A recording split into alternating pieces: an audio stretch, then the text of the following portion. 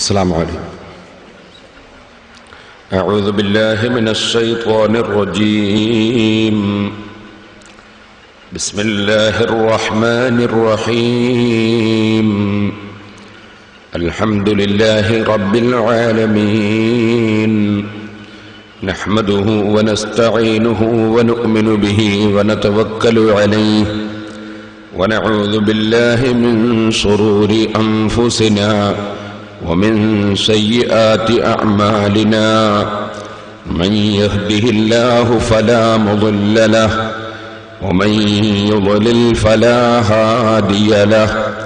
نشهد أن لا إله إلا الله وحده لا شريك له، ونشهد أن محمدا عبده ورسوله، أرسله بالهدى ودين الحق ليظهره على الدين كله ولو كره المشركون.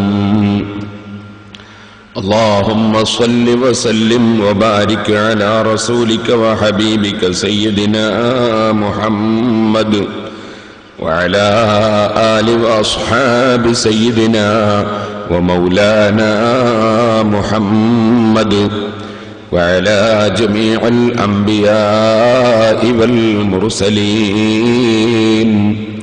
والآل والصحابة أجمعين. أما بعد، أعوذ بالله من الشيطان الرجيم. بسم الله الرحمن الرحيم. وكذلك أوحينا إليك روحا من أمرنا ما كنت تدري ما الكتاب ولا الإيمان، ولكن جعلناه نورا نهدي به من نشاء من عبادنا، وإنك لتهدي إلى صراط مستقيم، صراط الله الذي له ما في السماوات وما في الأرض، ألا إلى الله تصير الأمور. صدق الله العلي العظيم، صدق وبلغ رسوله النبي الكريم، ونحن على ذلك من الشاهدين الشاكرين، والحمد لله رب العالمين. يا من يجيب دعاء المضطر في الظلم، يا كاشف الضر والبلوى مع السقم، قد نام وفدك حول البيت وانتبهوا، وعين جودك يا قيوم لم تنمي، هب لي بجودك فضل العفو أنزل لي، يا من إليه رجاء الخلق في الحرم، إن كان عفوك لا يرجوه ذو خطئي، فمن يجود على العاصين بالنعم. يا ربي صل على من حل بالحرم، طه الرسول الذي قد خص بالكرم.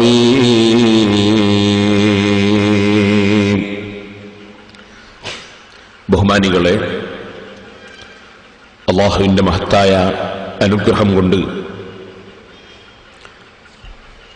പരിശുദ്ധ ഖുർആനിലെ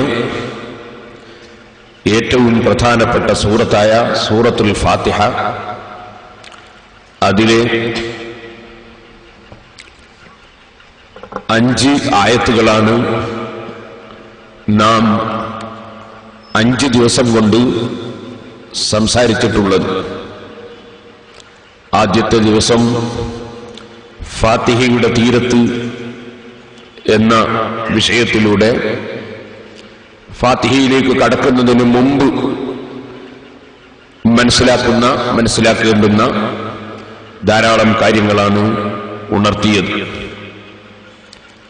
ഇന്ന് നാം സംസാരിക്കുന്നത് ഫാത്തിഹ സൂറത്തിലെ 6-ാമത്തെ ആയത്ത് ഇഹ്ദിനസ് സിറാത്തൽ മുസ്തഖീം എന്ന ആയത്തിനെ സംബന്ധിച്ചാണ്. നാളെ ഇൻഷാ അല്ലാഹ് ദിക്ർ ഹൽഖയോടനുബന്ധിച്ച് കുറച്ചു സമയം പ്രസംഗിക്കൽ നമ്മുടെ പതിവിൽ ഉണ്ടല്ലോ. ആ സമയത്ത് 7-ാമത്തെ ആയത്തിനെ സംബന്ധിച്ച് നാളെ അല്ലാഹു തൗഫീഖ് ചെയ്താൽ കൂടുതൽ വിവരണങ്ങൾ നൽകും. ഇന്നതിലേക്ക് കടക്കുക മാത്രമേ ചെയ്യുകയുള്ളൂ എന്ന് ഉണർത്തുകയാണ്. ഇന്നത്തെ വിഷയം ഇഹ്ദിനസ് സിറാത്തൽ മുസ്തഖീം എന്ന ആയത്തിനെ ആസ്പദമാക്കി ലഭിക്കേണ്ടത് നേർമാർഗം എന്നതാണ്. അല്ലാഹു സുബ്ഹാനഹു വ തആല അവനെ പുകഴ്ത്തി പറയുന്ന, അവന്റെ സ്ഥാനം എടുത്തു പറയുന്ന ആയത്തുകൾ സൂറത്തുൽ ഫാത്തിഹയുടെ ആദ്യത്തിൽ നമ്മെ പഠിപ്പിക്കുകയും നാം അത് പാരായണം ചെയ്യുകയും ചെയ്തുവല്ലോ. അതിനുശേഷമായി നാം അല്ലാഹുവിലേക്ക് അടുക്കുകയും അല്ലാഹുവിനോട് നേരിൽ സംസാരിക്കുന്ന രംഗത്തേക്ക് ഫാത്തിഹയുടെ ആദ്യ ഭാഗം ഓതിയ അടിമ എത്തിച്ചേരുകയും ചെയ്തതിന്റെ അടിസ്ഥാനത്തിൽ ഇയ്യാക നഅ്ബുദു, നിനക്ക് മാത്രം ഞങ്ങൾ ആരാധിക്കുന്നു, വ ഇയ്യാക നസ്തഈൻ, നിന്നോട് മാത്രം ഞങ്ങൾ സഹായം തേടുന്നു എന്ന് അർത്ഥം കുറിക്കുന്ന ആയത്തിനെ സംബന്ധിച്ചാണ് ഇന്നലെ നാം വിവരിച്ചത്. അല്ലാഹുവിനോട് നേരിൽ സംസാരിക്കുന്ന ഒരു രംഗമാണ്. അടിമയും ഉടമയും തമ്മിൽ അടുത്തു കഴിഞ്ഞു. നീ എന്ന് അല്ലാഹുവിനോട് നേരിൽ സംസാരിക്കുന്ന രംഗത്തേക്ക് സൂറത്തുൽ ഫാത്തിഹയുടെ ആദ്യഭാഗം പഠിപ്പിച്ച ആശയങ്ങൾ വിശ്വസിക്കുകയും ഉൾക്കൊള്ളുകയും പ്രഖ്യാപിക്കുകയും പാരായണം ചെയ്യുകയും ചെയ്തതിന്റെ പേരിൽ മനുഷ്യൻ അല്ലാഹുവിനോട് നേരിൽ സംസാരിക്കുന്ന രംഗത്തേക്ക് എത്തിക്കഴിഞ്ഞു.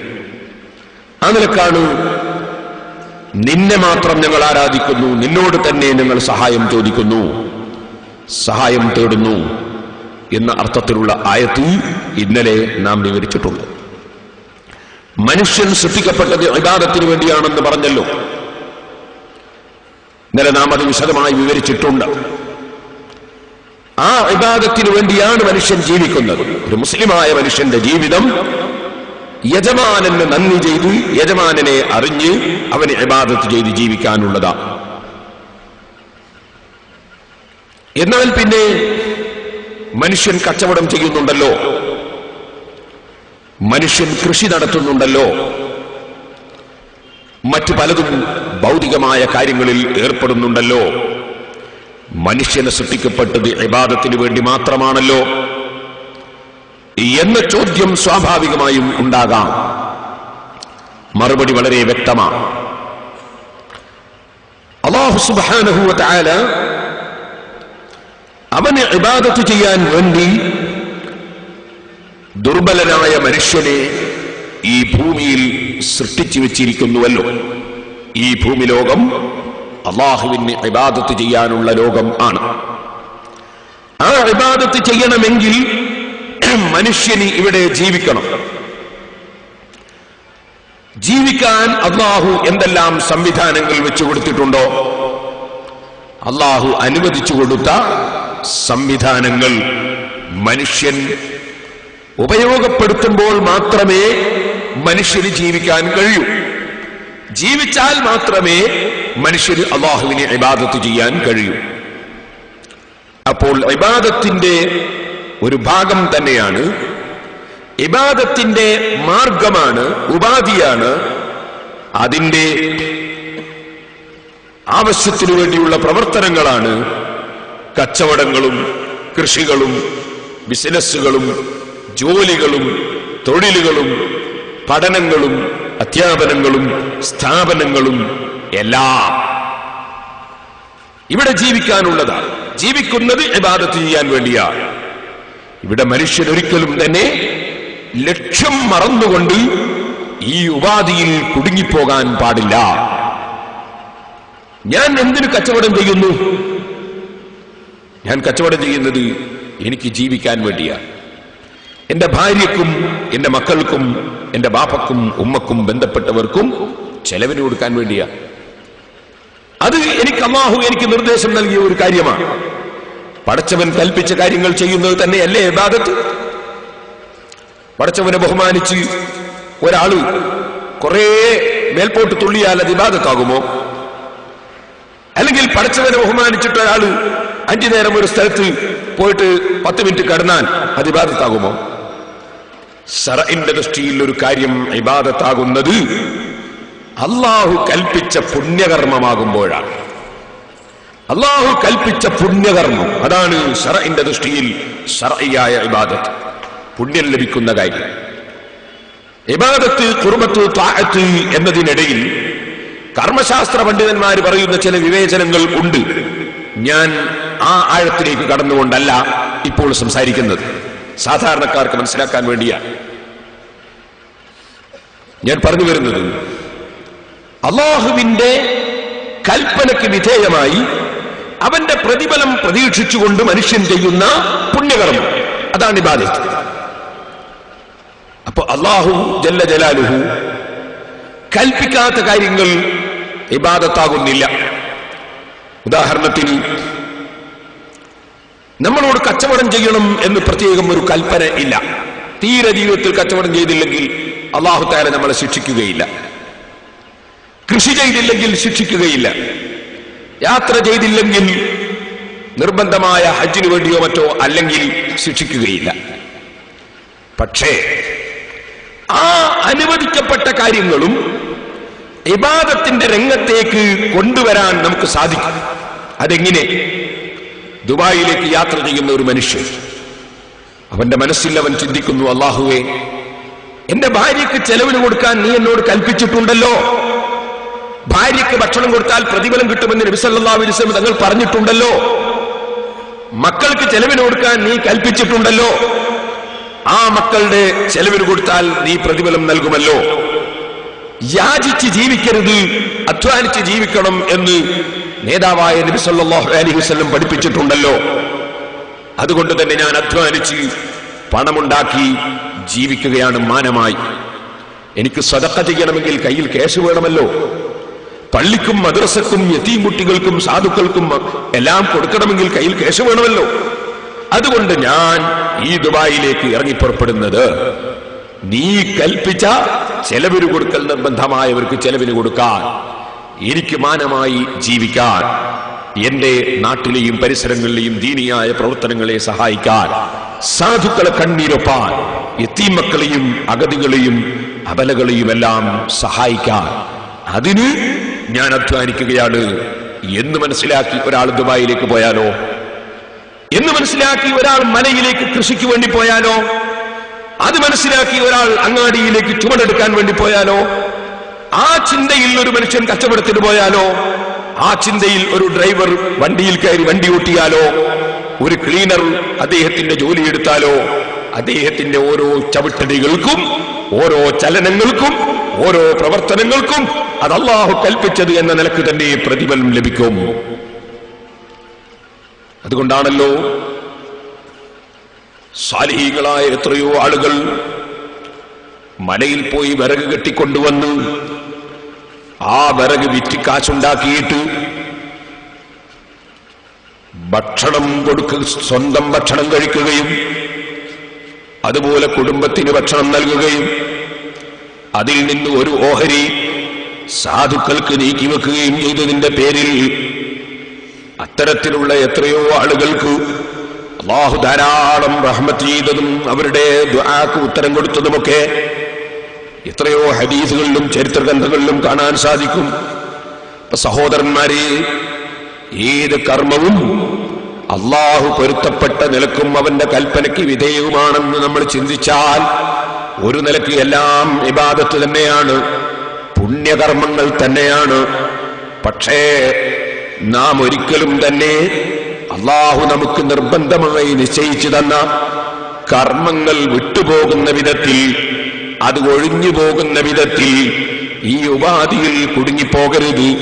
കച്ചവടത്തിന്റെ തിരക്കിൽ ളുഹൂർ നിസ്കാരം മറന്നുപോകരുത്, കച്ചവടത്തിന്റെ തിരക്കിൽ അസർ ഖളായി പോകരുത്, ജുമുഅ നഷ്ടപ്പെട്ടു പോകരുത്, തെങ്ങ് കയറ്റി തേങ്ങ വർപ്പിക്കുന്നതിനിടയിൽ ജുമുഅ നഷ്ടപ്പെട്ടു പോകരുത്.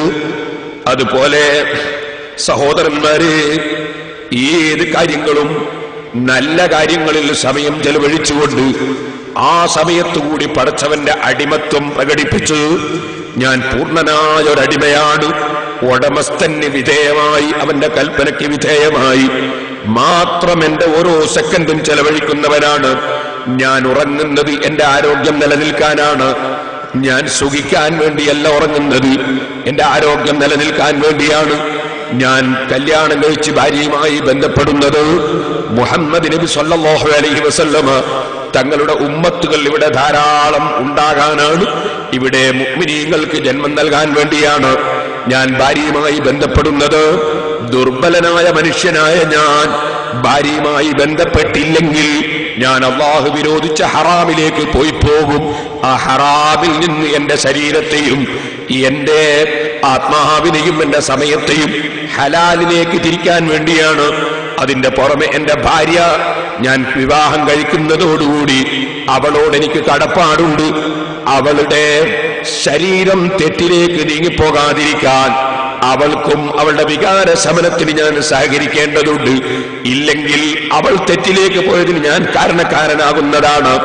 ഈ വിധത്തിൽ ഓരോ വിഷയങ്ങളും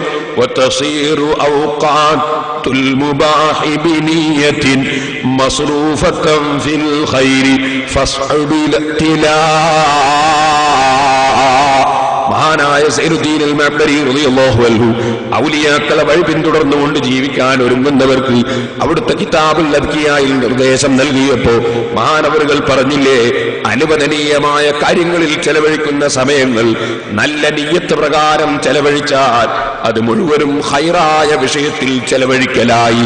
അതിന്റെ പേരിൽ നിനക്ക് അതാ ഓരോ ഖൈറിനും അല്ലാഹു പ്രതിഫലം തരുന്ന കൂട്ടത്തിൽ ഈ ഖൈറിനും പ്രതിഫലം തന്നുകൊണ്ടിരിക്കുന്നു.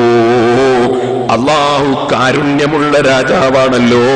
അടിമയുടെ ഒരു സെക്കൻഡ് പോലും അവന്റെ നിയ്യത്ത് നന്നാക്കിയെങ്കിൽ ഉടമസ്ഥൻ നഷ്ടപ്പെടുത്തുന്നതല്ല. അങ്ങനെ എല്ലാ സമയവും നമുക്ക് ഇബാദത്തിലായി നീങ്ങാൻ സാധിക്കും. ഏത് കാര്യം ചിന്തിക്കുമ്പോഴും ഞാൻ അല്ലാഹുവിന് വേണ്ടി ചെയ്യുന്നു എന്ന നിലക്ക് എല്ലാ ചലനങ്ങളും നടത്തുക. ചിന്തകളൊക്കെയും അല്ലാഹുവിൽ തന്നെയാക്കുക. അങ്ങനെ പ്രവർത്തിക്കുമ്പോൾ ആ നിയ്യത്ത് നമ്മുടെ മനസ്സിൽ തോന്നിപ്പിക്കേണ്ടവൻ, നമുക്കതിന് ശാരീരികവും മാനസികവും സാമ്പത്തികമായ ശേഷി നൽകേണ്ടവൻ, അതിനാവശ്യമായതെല്ലാം ഒരുക്കി തരേണ്ടവൻ, അതിന്റെ കാര്യങ്ങളെല്ലാം നമുക്ക് ക്രമപ്പെടുത്തി തരേണ്ടവൻ അല്ലാഹുവാണ്. അതുകൊണ്ട് തന്നെ സർവ വിഷയങ്ങളിലും ഒരു മുഅ്മിനായ മനുഷ്യന്റെ മനസ്സ് തിരിയുന്നത് അല്ലാഹുവിലേക്കാണ്. അതാണ് ഇയ്യാക നസ്തഈൻ. ഇന്നലെ നാം അത് വിശദീകരിച്ചിട്ടുണ്ട്. ഏത് സൃഷ്ടികളിൽ നിന്ന് എന്ത് സഹായം കിട്ടുന്നുണ്ടെങ്കിലും അത് അല്ലാഹുവിങ്കിൽ നിന്നാ. അവൻ സഹായിക്കാതെ ഒരു സൃഷ്ടിക്കും. മാനവകൾ തീരെ ദുനിയാവിനെ സ്നേഹിക്കാത്ത ആളാണ്. പക്ഷേ ഹറമിൽ വന്ന് അദ്ദേഹം ചോദിച്ചു, എനിക്കാര് പണം കൊണ്ടുത്തരുന്നു, എനിക്കാര് പണം തരുമെന്ന് ചോദിച്ചു. മഹാനവറുകളുടെ മുന്നിൽ ഒരു വലിയ മുതലാളി ഒരു ചാക്ക് നിറയെ സ്വർണ്ണ നാണയം കൊണ്ടുവന്ന് മടിയിൽ ചൊരിഞ്ഞു കൊടുത്തു. മഹാനവറുകൾ എന്തിനാണ് ഹറമിൽ നിന്ന് പണം ചോദിച്ചത്? ഹറം ശരീഫ് അള്ളാഹുവിനോട് പ്രാർത്ഥിക്കേണ്ട സ്ഥലം അല്ലേ? അവിടുന്ന് മനുഷ്യന്മാരോട് പണം ചോദിക്കേണ്ട സ്ഥലമാണോ? പക്ഷേ മഹാനവറുകൾ പണം ചോദിച്ചത് സ്വന്തം ആവശ്യത്തിന് വേണ്ടി അല്ല, പാവപ്പെട്ടവരെ സഹായിക്കാൻ വേണ്ടി മഹാനവറുകൾ ചോദിച്ചതാണ്, സ്വന്തം ആവശ്യത്തിന് വേണ്ടി അല്ല. വിനീതനായ ഞാൻ നിങ്ങളോട് ഇന്നലെ പണം ആവശ്യപ്പെട്ടിരുന്നു. ഞാൻ എന്റെ വീട്ടിലേക്ക് ചോദിച്ചതല്ല, എന്റെ ആവശ്യത്തിന് വേണ്ടി ചോദിച്ചതല്ല, മറിച്ച് അള്ളാഹുവിന്റെ ദീനിനു വേണ്ടിയാണ് ചോദിച്ചത്. ഇഖ്ലാസോടുകൂടെ നിങ്ങൾ കൊടുക്കുന്നുണ്ടോ? പ്രതിഫലം അള്ളാഹുവിൽ നിന്ന് വാങ്ങിച്ചു കൊള്ളണം. എനിക്കൊന്നും തരാൻ സാധ്യമല്ല, കൊടുക്കുന്നവൻ അള്ളാഹു മാത്രമാ. മഹാനായ അബൂ തുറാബിൻ അസ്സബീ റളിയല്ലാഹു അൻഹു, സാധുക്കൾ പലരും ചോദിച്ചിട്ട് പലരും കൊടുക്കുന്നത് കാണുന്നില്ല. അതിന്റെ പേരിൽ മഹാനവറുകൾ ചോദിക്കുകയാണ്, ആരെങ്കിലും പണം കൊണ്ടെത്തരുമോ? ബഹുമാനപ്പെട്ടവർ ചോദിച്ചിട്ട് കൊടുത്തില്ലെങ്കിൽ, സഹോദരന്മാരെ, എന്നെപ്പോലുള്ള ഒരു വിവരം കുറഞ്ഞ മനുഷ്യനല്ല, എന്നെപ്പോലൊരു പാപിയല്ല, മറിച്ച് ഔലിയാക്കളിൽ പ്രമുഖനായ വലിയാണ് ബഹുമാനപ്പെട്ട അബൂ തുറാബിൻ അസ്സബീ. മഹാനവറുകളുടെ ദുആക്ക് ഉത്തരം കിട്ടുമെന്ന് ജനങ്ങൾക്ക് പലർക്കും നല്ല ബോധ്യമുണ്ട്. മഹാനവറുകൾ ചോദിച്ചിട്ട് കൊടുത്തില്ലെങ്കിൽ എനിക്കത് ദുനിയാവിൽ തന്നെയും നഷ്ടം വരുമോ എന്ന പേടി മുതലാളിമാരിൽ പലർക്കുമുണ്ട്. ബഹുമാനപ്പെട്ടവരുടെ മടിയിൽ കൊണ്ടുപോയി സ്വർണ്ണ നാണയം ചൊരിഞ്ഞു കൊടുത്തപ്പോ ആ ഇരുന്ന ഇരുത്തത്തിൽ തന്നെ സാധുക്കളെ ഓരോരുത്തരെയും വിളിച്ചിട്ട് ബഹുമാനപ്പെട്ടവർ വിതരണം ചെയ്യുകയാണ്. ആ വിതരണം ചെയ്യുന്ന സമയത്ത് ഒരു പാവപ്പെട്ട മനുഷ്യൻ അബൂ തുറാബിൻ അസ്സബീ റളിയല്ലാഹു അൻഹുവിന്റെ സമീപത്ത് പോയി എന്നെയും വിളിച്ചിട്ട് കാശ് തരട്ടെ എന്ന നിലക്ക് പോയി നിന്നു. അദ്ദേഹത്തെ വിളിച്ചില്ല. വേറെയും പലർക്കും കൊടുത്തു. ഇയാൾ പിന്നെയും ഒന്ന് അപ്പുറമൊക്കെ പോയിട്ട് പിന്നെയും വന്നു, എന്നെ വിളിച്ചിട്ട് തരട്ടെ എന്ന് വിചാരിച്ചിട്ട് നിന്നു, കൊടുത്തില്ല. പലപ്പോഴും മുന്നിൽ പോയി നിന്നു, കൊടുത്തില്ല. കിട്ടിയത് മുഴുവനും സാധുക്കൾക്ക് കൊടുത്തു തീർത്തു. ഈ സാധു മനുഷ്യന് മാത്രം, ഒരാൾക്ക് മാത്രം കൊടുത്തില്ല. തീർന്നപ്പോൾ ഈ മനുഷ്യൻ വന്നിട്ട് പറഞ്ഞു, തങ്ങളെ, നിങ്ങൾ പണം കയ്യിൽ വാങ്ങിയിട്ട് എത്ര പാവപ്പെട്ടവർക്ക് വിതരണം ചെയ്തു, എനിക്ക് മാത്രം നിങ്ങൾ എന്തേ തരാതിരുന്നത്? അബൂ തുറാബിൻ അസ്സബീ റളിയല്ലാഹു അൻഹുവിന്റെ മറുപടി, മോനെ, ഇന്നകലം തഅരിഫൽ മുഅ്തിയ, നിനക്ക് കൊടുക്കുന്നവനെ അറിയില്ലടാ. നീ മനസ്സിലാക്കിയത് ഞാനാണ് കൊടുക്കുന്നതെന്നാണ്. ഞാൻ കൊടുക്കുന്നവനല്ല. നബി സല്ലല്ലാഹു അലൈഹി വസല്ലം തങ്ങൾ പറഞ്ഞില്ലേ, ഇന്നമാ അന ഖാസിമുൻ വല്ലാഹു ഹുവൽ മുഅ്തി, ഞാൻ സപ്ലൈ ചെയ്യുന്നവനാണ്, ഞാൻ വിതരണം ചെയ്യുന്ന ആളാണ്. യഥാർത്ഥത്തിൽ കൊടുക്കുന്നവൻ അല്ലാഹുവാണ്. അല്ലാഹു എന്നിലൂടെ ഞാൻ മുഖേന കൊടുക്കുകയാണ്. ഒരു കല്യാണ വീട്ടിൽ പോയിട്ട് നിങ്ങൾക്ക് ചോറിന്റെ പുറമേ കറി വേണ്ടതുപോലെ കിട്ടിയില്ലെങ്കിൽ, ചോറ് വേണ്ടതുപോലെ കിട്ടിയില്ലെങ്കിൽ സപ്ലൈക്കാരെ ആരെങ്കിലും കുറ്റം പറയാറുണ്ടോ? കൊടുക്കുന്ന കല്യാണക്കാരനെയല്ലേ കുറ്റം പറയാറുള്ളത്? കാരണം സപ്ലൈക്കാരനല്ലല്ലോ കൊടുക്കുന്നത്, നമ്മൾ കാണുന്നത് സപ്ലൈക്കാരനെയാണ്. നമ്മൾ ചിലപ്പോൾ ചോറിന് ആവശ്യപ്പെടുന്നത് സപ്ലൈക്കാരനോടാണ്, പക്ഷേ കൊടുക്കുന്നത് ഈ വീട്ടിന്റെ ഉടമസ്ഥനാണെന്ന് നമുക്ക് ഉറപ്പാണല്ലോ. റേഷൻ കടയിൽ നിന്ന് റേഷൻ വസ്തുക്കൾ നമുക്ക് ലഭിച്ചില്ലെങ്കിൽ സമരം ചെയ്യുന്നത് ഭക്ഷ്യവകുപ്പ് മന്ത്രിക്കെതിരെയാണല്ലോ, മുഖ്യമന്ത്രിക്കെതിരാണല്ലോ, റേഷൻ കടയിൽ ഇരിക്കുന്ന മനുഷ്യനെതിരായിട്ടല്ലല്ലോ. കാരണം ആളുകൾക്കറിയാം ഇവൻ വിതരണക്കാരനാണ്, കൊടുക്കുന്നത് സർക്കാരാണെന്നറിയാം. എന്നാ മനുഷ്യ, എല്ലാം കൊടുക്കുന്ന രാജാവ് വാസ്തവത്തിൽ അല്ലാഹു അല്ലേ? അതാ നബി സല്ലല്ലാഹു അലൈഹി വസല്ലം പറഞ്ഞത്, ഇന്നമാ അന ഖാസിമുൻ, ഞാൻ സപ്ലൈ ചെയ്യുന്ന ആള് മാത്രമാണ്. വല്ലാഹു ഹുവൽ മുഅ്തി, യഥാർത്ഥത്തിൽ കൊടുക്കുന്നവൻ അല്ലാഹുവാണ്. അപ്പൊ നബിയെ വിളിച്ചുകൊണ്ട് നമ്മൾ പല സങ്കടങ്ങളും പറയാറില്ലേ?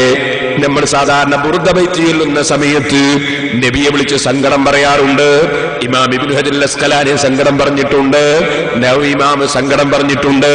മദീനത്തെ പള്ളിയിൽ നബി സല്ലല്ലാഹു അലൈഹി വസല്ലം തങ്ങളെ വിളിച്ച് സങ്കടം പറയുന്ന പദ്യം എഴുതി വെച്ചിട്ടുണ്ട്.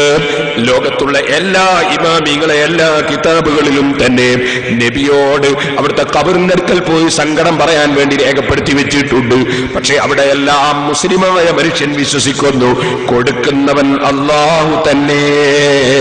നബി സല്ലല്ലാഹു അലൈഹി വസല്ലം തങ്ങൾ വിതരണം ചെയ്യുന്ന വ്യക്തിയാണ്. ഈ ചിന്തയിലാണ് മുസ്ലിമായ മനുഷ്യൻ നബി സല്ലല്ലാഹു അലൈഹി വസല്ലം തങ്ങളോട് ചോദിക്കുന്നത്, അമ്പിയാക്കളോട് ചോദിക്കുന്നത്, ഔലിയാക്കളോട് ചോദിക്കുന്നത്. അത് ഇന്നലെ ഞാൻ വിവരിച്ചിട്ടുണ്ടല്ലോ.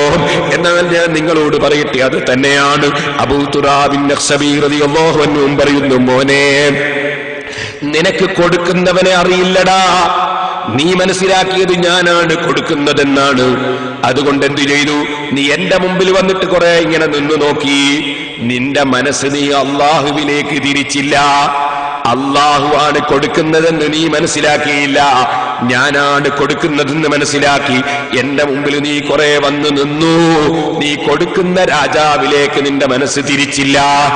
എന്റെ മനസ്സ് നിന്നിലേക്ക് ആ രാജാവും തിരിച്ചില്ല. നിനക്ക് തരണമെന്ന് എന്റെ മനസ്സിൽ തോന്നിപ്പിക്കേണ്ടത് അള്ളാഹുവല്ലേ? അവനത് തോന്നിപ്പിച്ചില്ല. കാരണം എന്താണ്? നിങ്ങൾ എന്നോടുള്ള ഉടമ്പടി നിങ്ങൾ വീട്ടിൽ തരൂ, നിങ്ങളോടുള്ള ഉടമ്പടി ഞാനും വീട്ടിൽ തരാമെന്നല്ലേ അന്ന് പറഞ്ഞിട്ടുള്ളത്. ബഹുമാനപ്പെട്ട അബൂ തുറാബിൻ നഖ്ശബി റളിയല്ലാഹു അൻഹു അതിലേക്ക് സൂചിപ്പിച്ചുകൊണ്ടാ പറയുന്നത്, കൊടുക്കുന്ന രാജാവിലേക്ക് നിന്റെ മനസ്സ് നീ തിരിച്ചില്ല. അതുകൊണ്ട് എന്റെ മനസ്സ് ആ രാജാവ് നിന്നിലേക്കും തിരിച്ചില്ല.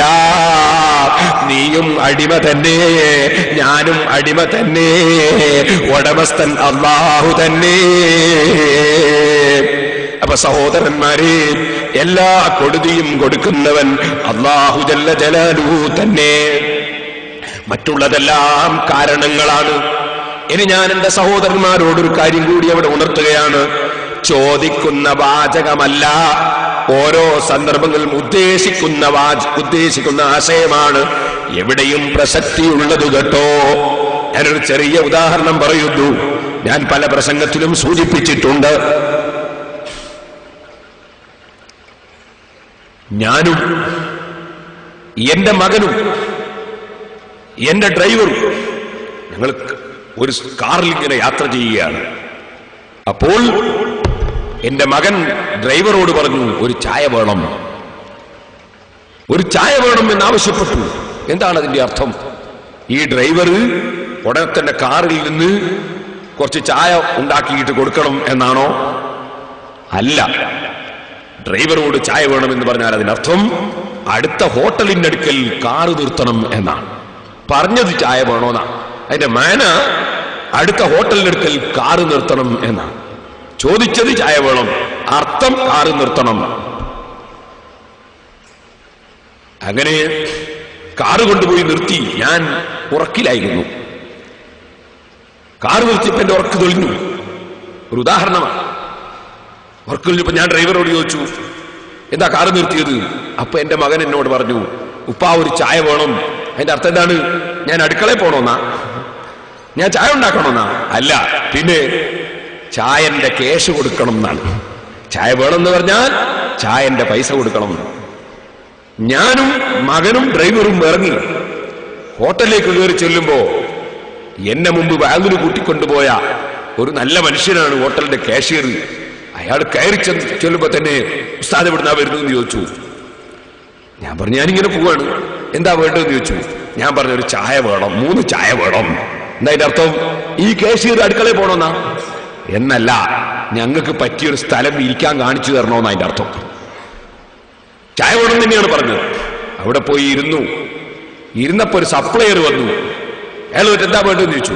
3 പൊടിച്ചായ വേണം. അതിന്റെ അർത്ഥം എന്താണ്? ഇയാൾ ചായ ഉണ്ടാക്കണമെന്നാ? അല്ല, പിന്നെ ചായ വേണമെന്ന് അടുക്കളയിൽ പോയി പറയണം എന്നാണ് അതിന്റെ അർത്ഥം. ചായ വേണം എന്നതിന്റെ അർത്ഥം ചായ വേണമെന്ന് ചായ ഉണ്ടാക്കുന്ന ആളോട് പറയണം എന്നാണ് അതിന്റെ അർത്ഥം. അപ്പൊ അയാൾ എന്ത് ചെയ്തു? വേഗം പോയിട്ട് 3 ചായ വേണം എന്ന് ആവശ്യപ്പെട്ടു. ചായ വേണം എന്നതിന്റെ അർത്ഥം ചായ വേണമെന്ന് പറയണം. അയാൾക്കത് മനസ്സിലായി. അയാൾ പോയി ചായ വേണമെന്ന് ആവശ്യപ്പെട്ടു.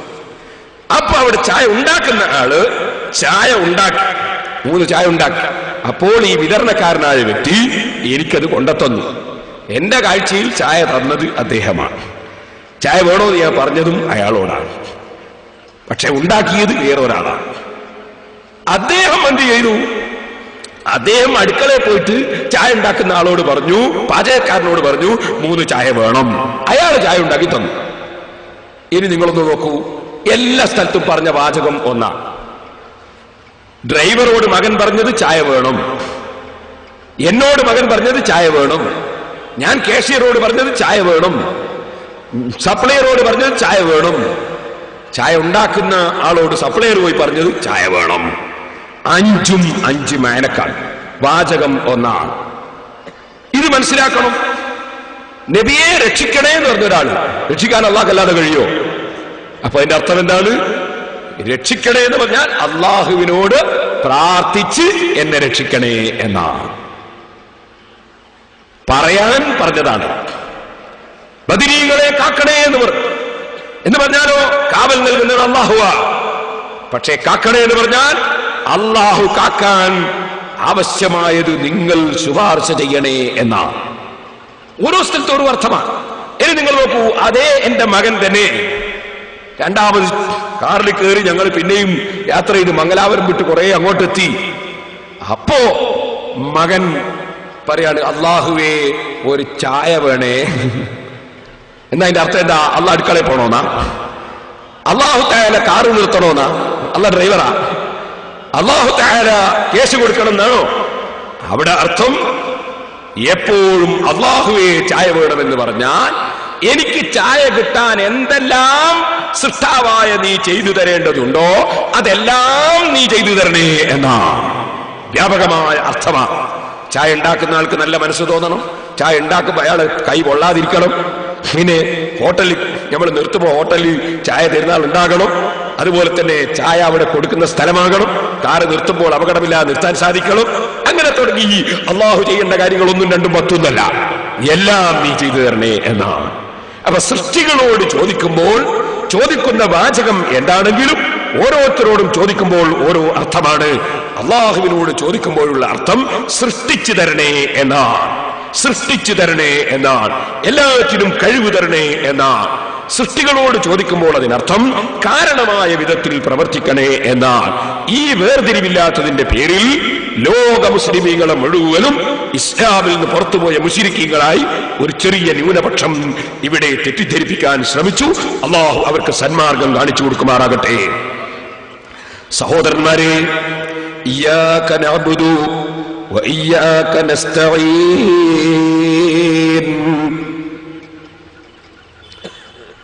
അല്ലാഹുവേ, നിനക്ക് മാത്രം ഞങ്ങൾ ആരാധന നടത്തുന്നു.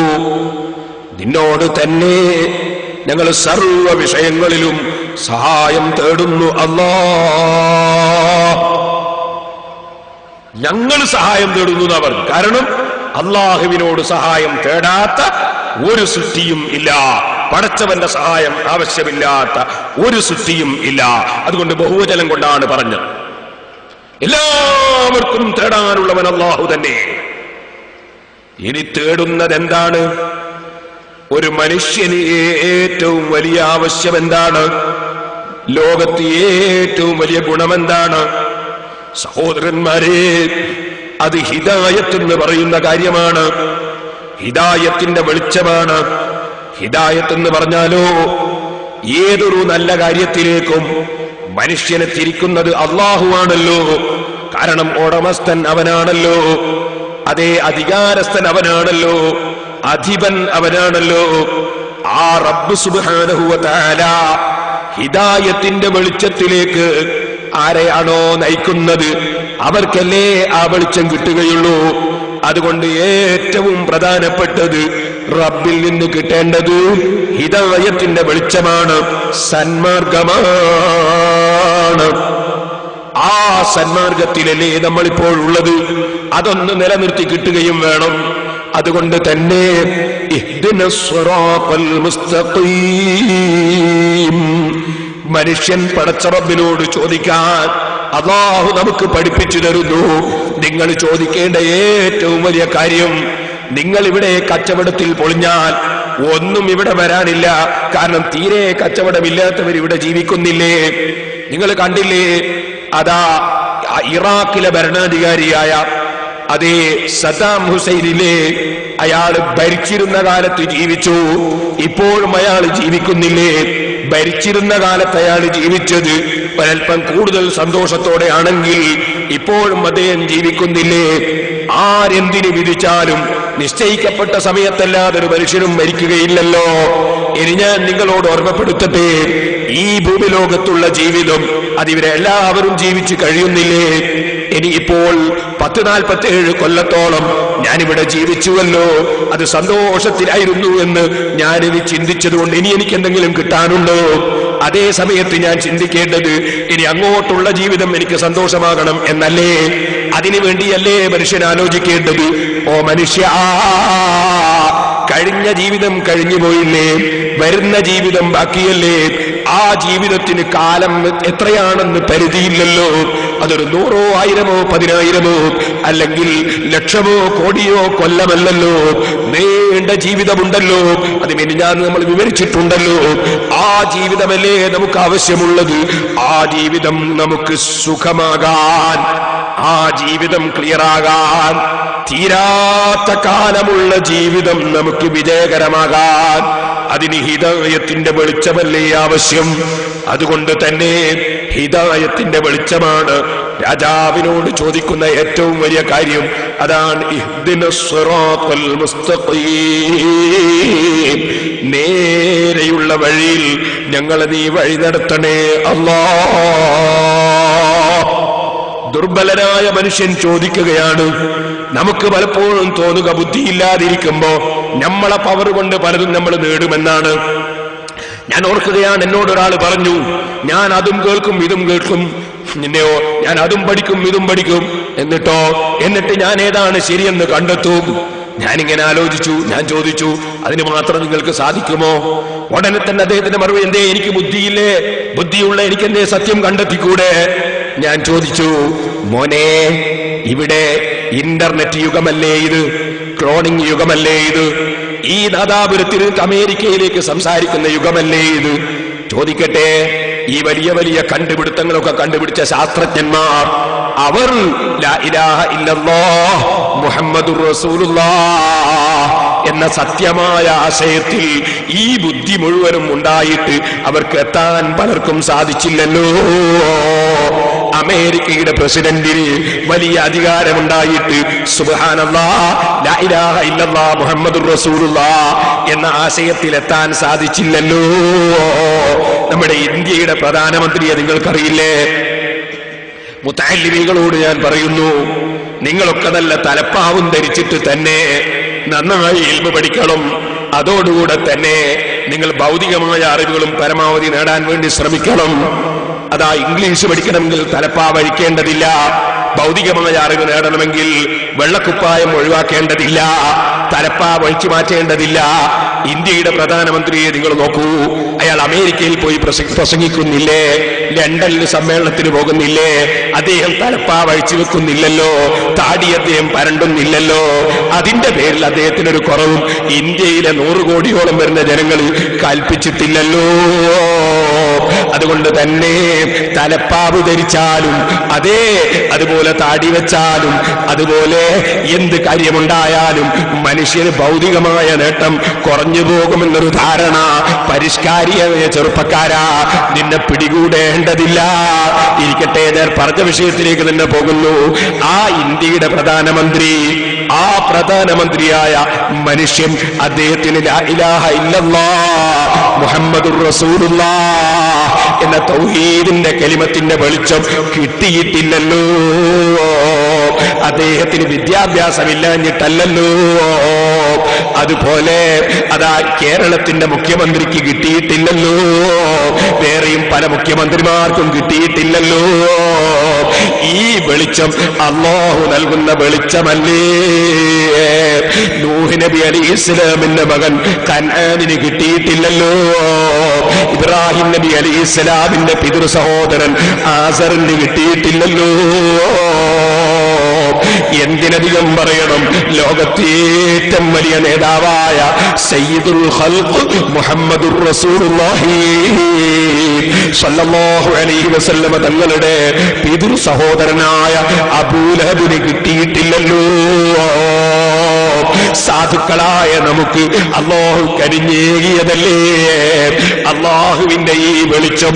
അത് തന്നെയല്ലേ ഖുർആൻ പറയുന്നത്, ഓ നബിയേ, വലാകിൻ ജഅൽനാഹു നൂറൻ നഹ്ദീ ബിഹി മൻ നശാഉ മിൻ ഇബാദിനാ. നമ്മൾ ഉദ്ദേശിച്ച അടിമകളെ നമ്മൾ ആ പ്രകാശത്തിലേക്ക് വഴിതിരിക്കും. അങ്ങനെയുള്ളൊരു പ്രകാശമാണ് പരിശുദ്ധ ഖുർആൻ, അങ്ങനെയുള്ളൊരു പ്രകാശമാണ് ഈമാൻ. ഇത് പറഞ്ഞുകൊണ്ട് ഖുർആൻ പറയുന്നു വഇന്നക ലതഹ്ദീ ഇലാ സിറാത്തിൻ മുസ്തഖീം. നബിയേ, നിശ്ചയമായും താങ്കൾ സദാ നേരെയുള്ള സന്മാർഗത്തിലേക്ക് ജനങ്ങളെ ഹിദായത്താക്കുന്ന ആളാണ് നബിയേ. എന്നാൽ അതേ ഖുർആനിൽ തന്നെ വേറൊരു സ്ഥലത്ത് ഇന്നക ലാ തഹ്ദീ മൻ അഹ്ബബ്ത, താങ്കൾ ഇഷ്ടപ്പെട്ടവരെ താങ്കൾ ഹിദായത്താക്കുകയില്ല എന്നും പറഞ്ഞിട്ടുണ്ടല്ലോ. ഈ രണ്ട് ആയത്തും തമ്മിൽ എതിരുണ്ടോ? ഇല്ല. ഹിദായത്താക്കുകയില്ലെന്ന് പറഞ്ഞാൽ ഹിദായത്ത് കൊടുക്കുന്ന ആള് നബി സല്ലല്ലാഹു അലൈഹി വസല്ലമ തങ്ങളല്ല. എന്നാൽ തങ്ങൾ ഹിദായത്താക്കുമെന്ന് ഖുർആനിൽ പറഞ്ഞതിന്റെ അർത്ഥമോ അതേ ഹിദായത്തിന്റെ കാരണക്കാരനാണ് മുഹമ്മദുർ റസൂലുള്ളാഹി. ഹിദായത്ത് വിതരണം ചെയ്യുന്ന ആളാണ് മുഹമ്മദുർ റസൂലുള്ളാഹി സല്ലല്ലാഹു അലൈഹി വസല്ലം. അതുകൊണ്ട് വിതരണം ചെയ്യുന്ന വ്യക്തി എന്ന നിലക്ക് നബി തങ്ങൾ ഹിദായത്താക്കുന്ന ആളാണെന്ന് നമുക്ക് പറയാം. ഏതുപോലെ ബദരീങ്ങൾ കാക്കുന്നവരാണെന്ന് പറയുന്നത് പോലെ, ഡോക്ടർ രക്ഷപ്പെടുന്നവരാണെന്ന് പറയുന്നത് പോലെ, ആ യന്ത്രം എന്നെ രക്ഷപ്പെടുത്തി എന്ന് പറയുന്നത് പോലെ, അതുപോലെ ഔലിയാക്കൾ കാക്കുമെന്ന് പറയുന്നത് പോലെ നബി സല്ലല്ലാഹു അലൈഹി വസല്ലമ തങ്ങൾ ഹിദായത്താക്കുന്ന ആളാണെന്ന് പറയാം. അങ്ങനെ ഖുർആൻ പറഞ്ഞിട്ടുണ്ട്. എന്നാൽ ഹിദായത്താക്കുകയില്ല എന്നും ഖുർആനിലുണ്ട്. അതിന്റെ അർത്ഥം ഹിദായത്തിനെ സൃഷ്ടിക്കുന്നവരല്ല മുഹമ്മദുർ റസൂലുള്ളാഹി. ഹിദായത്തിനെ വിതരണം ചെയ്യുന്ന നേതാവാണ് മുഹമ്മദുർ റസൂലുള്ളാഹി. ഈ അർത്ഥ വ്യത്യാസങ്ങൾ വേർതിരിച്ചറിയാത്തത് കൊണ്ടാണ് വാസ്തവത്തിൽ അതാ നബി സല്ലല്ലാഹു അലൈഹി വസല്ലം തങ്ങൾ മുതൽ ഇന്ന് വരെ ഉള്ള മുസ്ലിമീങ്ങൾ ശിർക്ക് ചെയ്ത മുശ്രിക്കീകളാണെന്ന വാദം ഉന്നയിച്ച് ഈ സമുദായത്തിൽ ഭിന്നിപ്പുണ്ടാക്കിയത് കേട്ടോ. ഇരിക്കട്ടെ, ഞാൻ പറഞ്ഞു വന്നത് അങ്ങനെ അള്ളാഹു കൊടുക്കുന്ന വെളിച്ചമാണ് ഹിദായത്ത്. അത് അള്ളാഹു ഉദ്ദേശിച്ചവർക്ക് അവർ കൊടുക്കും. അത്ഭുതമല്ലേ അതിന്റെ കാര്യം? വലിയ അത്ഭുതമല്ലേ ഇതിന്റെ കാര്യം? ആ ഹിദായത്തിന്റെ വഴിക്ക് ഖുർആൻ പറയുന്ന പേരാണ് സിറാത്തും മുസ്തഖീം, നേരെയുള്ള മാർഗം. സബീൽ, സബീൽ, ത്വരീഖ്, ത്വരീഖത്ത്, മൻഹജ്, ഇങ്ങനെ തുടങ്ങി ധാരാളം വാചകങ്ങൾ അതിന് പറയാം. മദ്ഹബ്, മൻഹജ്, സബീല്, തരീഖ്, തരീഖത്ത് എന്നൊക്കെ പറഞ്ഞാൽ മാർഗം, മാർഗം, മാർഗം എന്ന് തന്നെയാണ് അർത്ഥം. പക്ഷേ ഇവിടെ അല്ലാഹു തആല സിറാത്തുൽ മുസ്തഖീം, ഇഹ്ദിനസ് സിറാത്തുൽ മുസ്തഖീം എന്ന സിറാത്ത് എന്ന പേര് ആ വാചകം തന്നെ എന്തിനുപയോഗിച്ചു? അതിനെ സംബന്ധിച്ച് ഇമാം ഫഖ്റുദ്ദീൻ റാസി റളിയല്ലാഹു അൻഹു പറയുന്നു, ഓ മനുഷ്യ,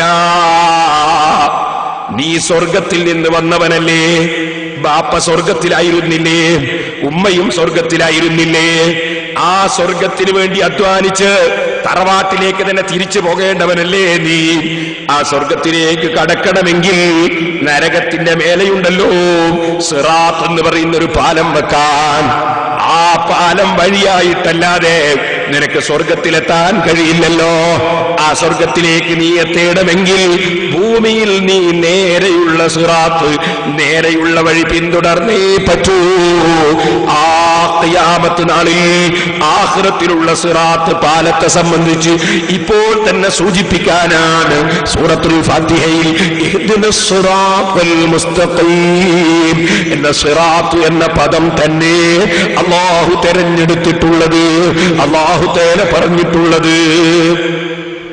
ഇനി സഹോദരന്മാരെ, ഈ ഹിദായത്ത് അതിനൊരുപാട് വിവരണങ്ങൾ നൽകാനുണ്ട്.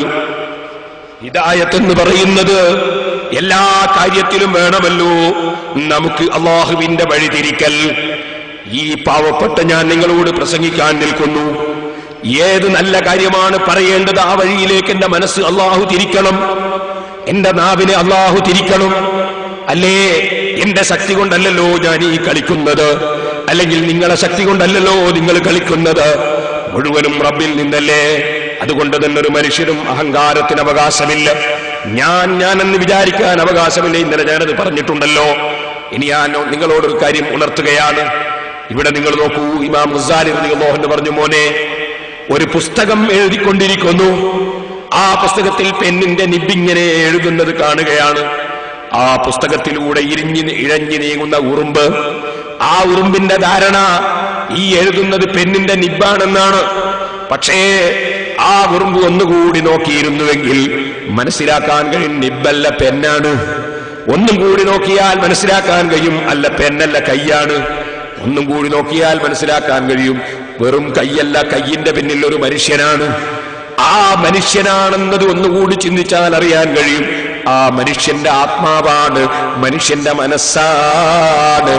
ഒന്നുകൂടി ചിന്തിച്ചാൽ അറിയാൻ കഴിയും ആ മനസ്സിനെ നിയന്ത്രിക്കുന്നവൻ, ആ ആത്മാവിനെ കൊടുത്തവൻ, ആ ശരീരത്തെ ഉണ്ടാക്കിയവൻ, ആ കയ്യിനെ പടച്ചവൻ, ആ വിരലിനെ ഉണ്ടാക്കിയവൻ, ആ പെണ്ണ് കയ്യിൽ കൊടുത്തവൻ, അപ്പോൾ എഴുതാൻ തോന്നിപ്പിച്ചവൻ. അങ്ങനെ നോക്കുമ്പോൾ ഈ എഴുത്ത് അല്ലാഹുവിന്റേതാണല്ലോ, പടച്ചവന്റേതാണല്ലോ, എഴുത്തുകാരന്റേതല്ലോ. എല്ലാം മടങ്ങുന്നത് അല്ലാഹുവിലേക്ക് തന്നെ. അതിനാൽ മനുഷ്യനെപ്പോഴും പൂർണ്ണമായി അല്ലാഹുവിൽ ലയിച്ചുകൊണ്ട് ജീവിക്കുന്ന മനുഷ്യനാകണം, അല്ലാഹുവിലേക്ക് തിരിഞ്ഞ മനസ്സുകാരനാകണം. ആ നിലക്കുള്ളൊരു മനസ്സുകാരനായി നമുക്കെന്നും ജീവിക്കാൻ കഴിയണം. അതുകൊണ്ട് തന്നെ ഹിദായത്തിന്റെ വെളിച്ചം ലഭിച്ചിട്ടുള്ള നമ്മൾ ഒരു ദിവസം ചുരുങ്ങിയത് 17 പ്രാവശ്യം പടച്ച റബ്ബിനോട് കൃത്യമായി അങ്ങ് പ്രാർത്ഥിക്കണം. ഇഹ്ദിനസ് സിറാത്തൽ മുസ്തഖീം, ഈ നേരെയുള്ള വഴിയിൽ തന്നെ എന്നെ സ്ഥിരപ്പെടുത്തി എന്നെ വഴി നടത്തണേ അല്ലാഹ്. അഷ്റഫുൽ ഖൽഖ് സല്ലല്ലാഹു അലൈഹി വസല്ലം തങ്ങൾ അവിടുന്ന് പഠിപ്പിക്കുകയാണ്. ഈ അദാ നബി സല്ലല്ലാഹു അലൈഹി വസല്ലം തങ്ങൾ ഒരു വര വരക്കുന്നു സഹാബത്തിന്റെ മുന്നിൽ. ആ വര വരച്ചതിന് ശേഷം അവിടുന്ന് പറയുന്നു ഹാദിഹി സബീലുല്ലാഹ്, ഇത് അല്ലാഹുവിലേക്ക് ചെന്നു ചേരുന്ന വഴിയാണ്. നേരെയുള്ള ഒരു വര. പിന്നീട് നബി സല്ലല്ലാഹു അലൈഹി വസല്ലം അപ്പുറവും ഇപ്പുറവും ഒക്കെ വേറെ ചില വര വരക്കുന്നു. അഷ്റഫുൽ ഖൽഖ് മുഹമ്മദുർ റസൂലുള്ളാഹി സല്ലല്ലാഹു അലൈഹി വസല്ലം അവിടുന്ന് ഒരു വര നേരെ വരുന്നു. ശേഷം അപ്പുറവും ഇപ്പുറവും ഇടത്തും വലത്തും വരച്ചതിന് ശേഷം പറഞ്ഞു ഹാദിഹി സുബുലുൻ, ഇതെല്ലാം വഴികൾ തന്നെയാണ്. അലാ കുല്ലി സബീലിൻ മിൻഹാ ശൈത്താൻ, ഓരോ വഴിയുടെ അടുക്കലും ഓരോ ശൈത്താൻ ഉണ്ട്. യദ്ഉ ഇലൈഹി, അതിലേക്ക് ക്ഷണിക്കാൻ. ആ ശൈത്താൻ നിങ്ങളെ ക്ഷണിച്ചു കൊണ്ടുപോയി വഴി തെറ്റിക്കും എന്ന അർത്ഥത്തിൽ അവിടുന്ന് പറഞ്ഞു. വഖറഅ, എന്നിട്ട് അവിടുന്ന് ഓതി അന്ന ഹാദാ സിറാത്തീ മുസ്തഖീമാ, ഇത് നേരെയുള്ള വഴിയാണ്. ഫത്തബിഊഹു, അതിനെ നിങ്ങൾ പിന്തുടരുക. ഈ നേരെയുള്ള വഴി ഏതാണ്? മഹാന്മാരായ അമ്പിയാക്കൾ നടന്നു വന്ന വഴി, അല്ലാഹുവിന്റെ സാലിഹീങ്ങൾ നടന്നു വന്ന വഴി, അതാണ് അസ്റാത്തുൽ മുസ്തഖീം. അതിലേക്ക് വഴി തിരിക്കണമെന്നാണല്ലോ പറഞ്ഞത്.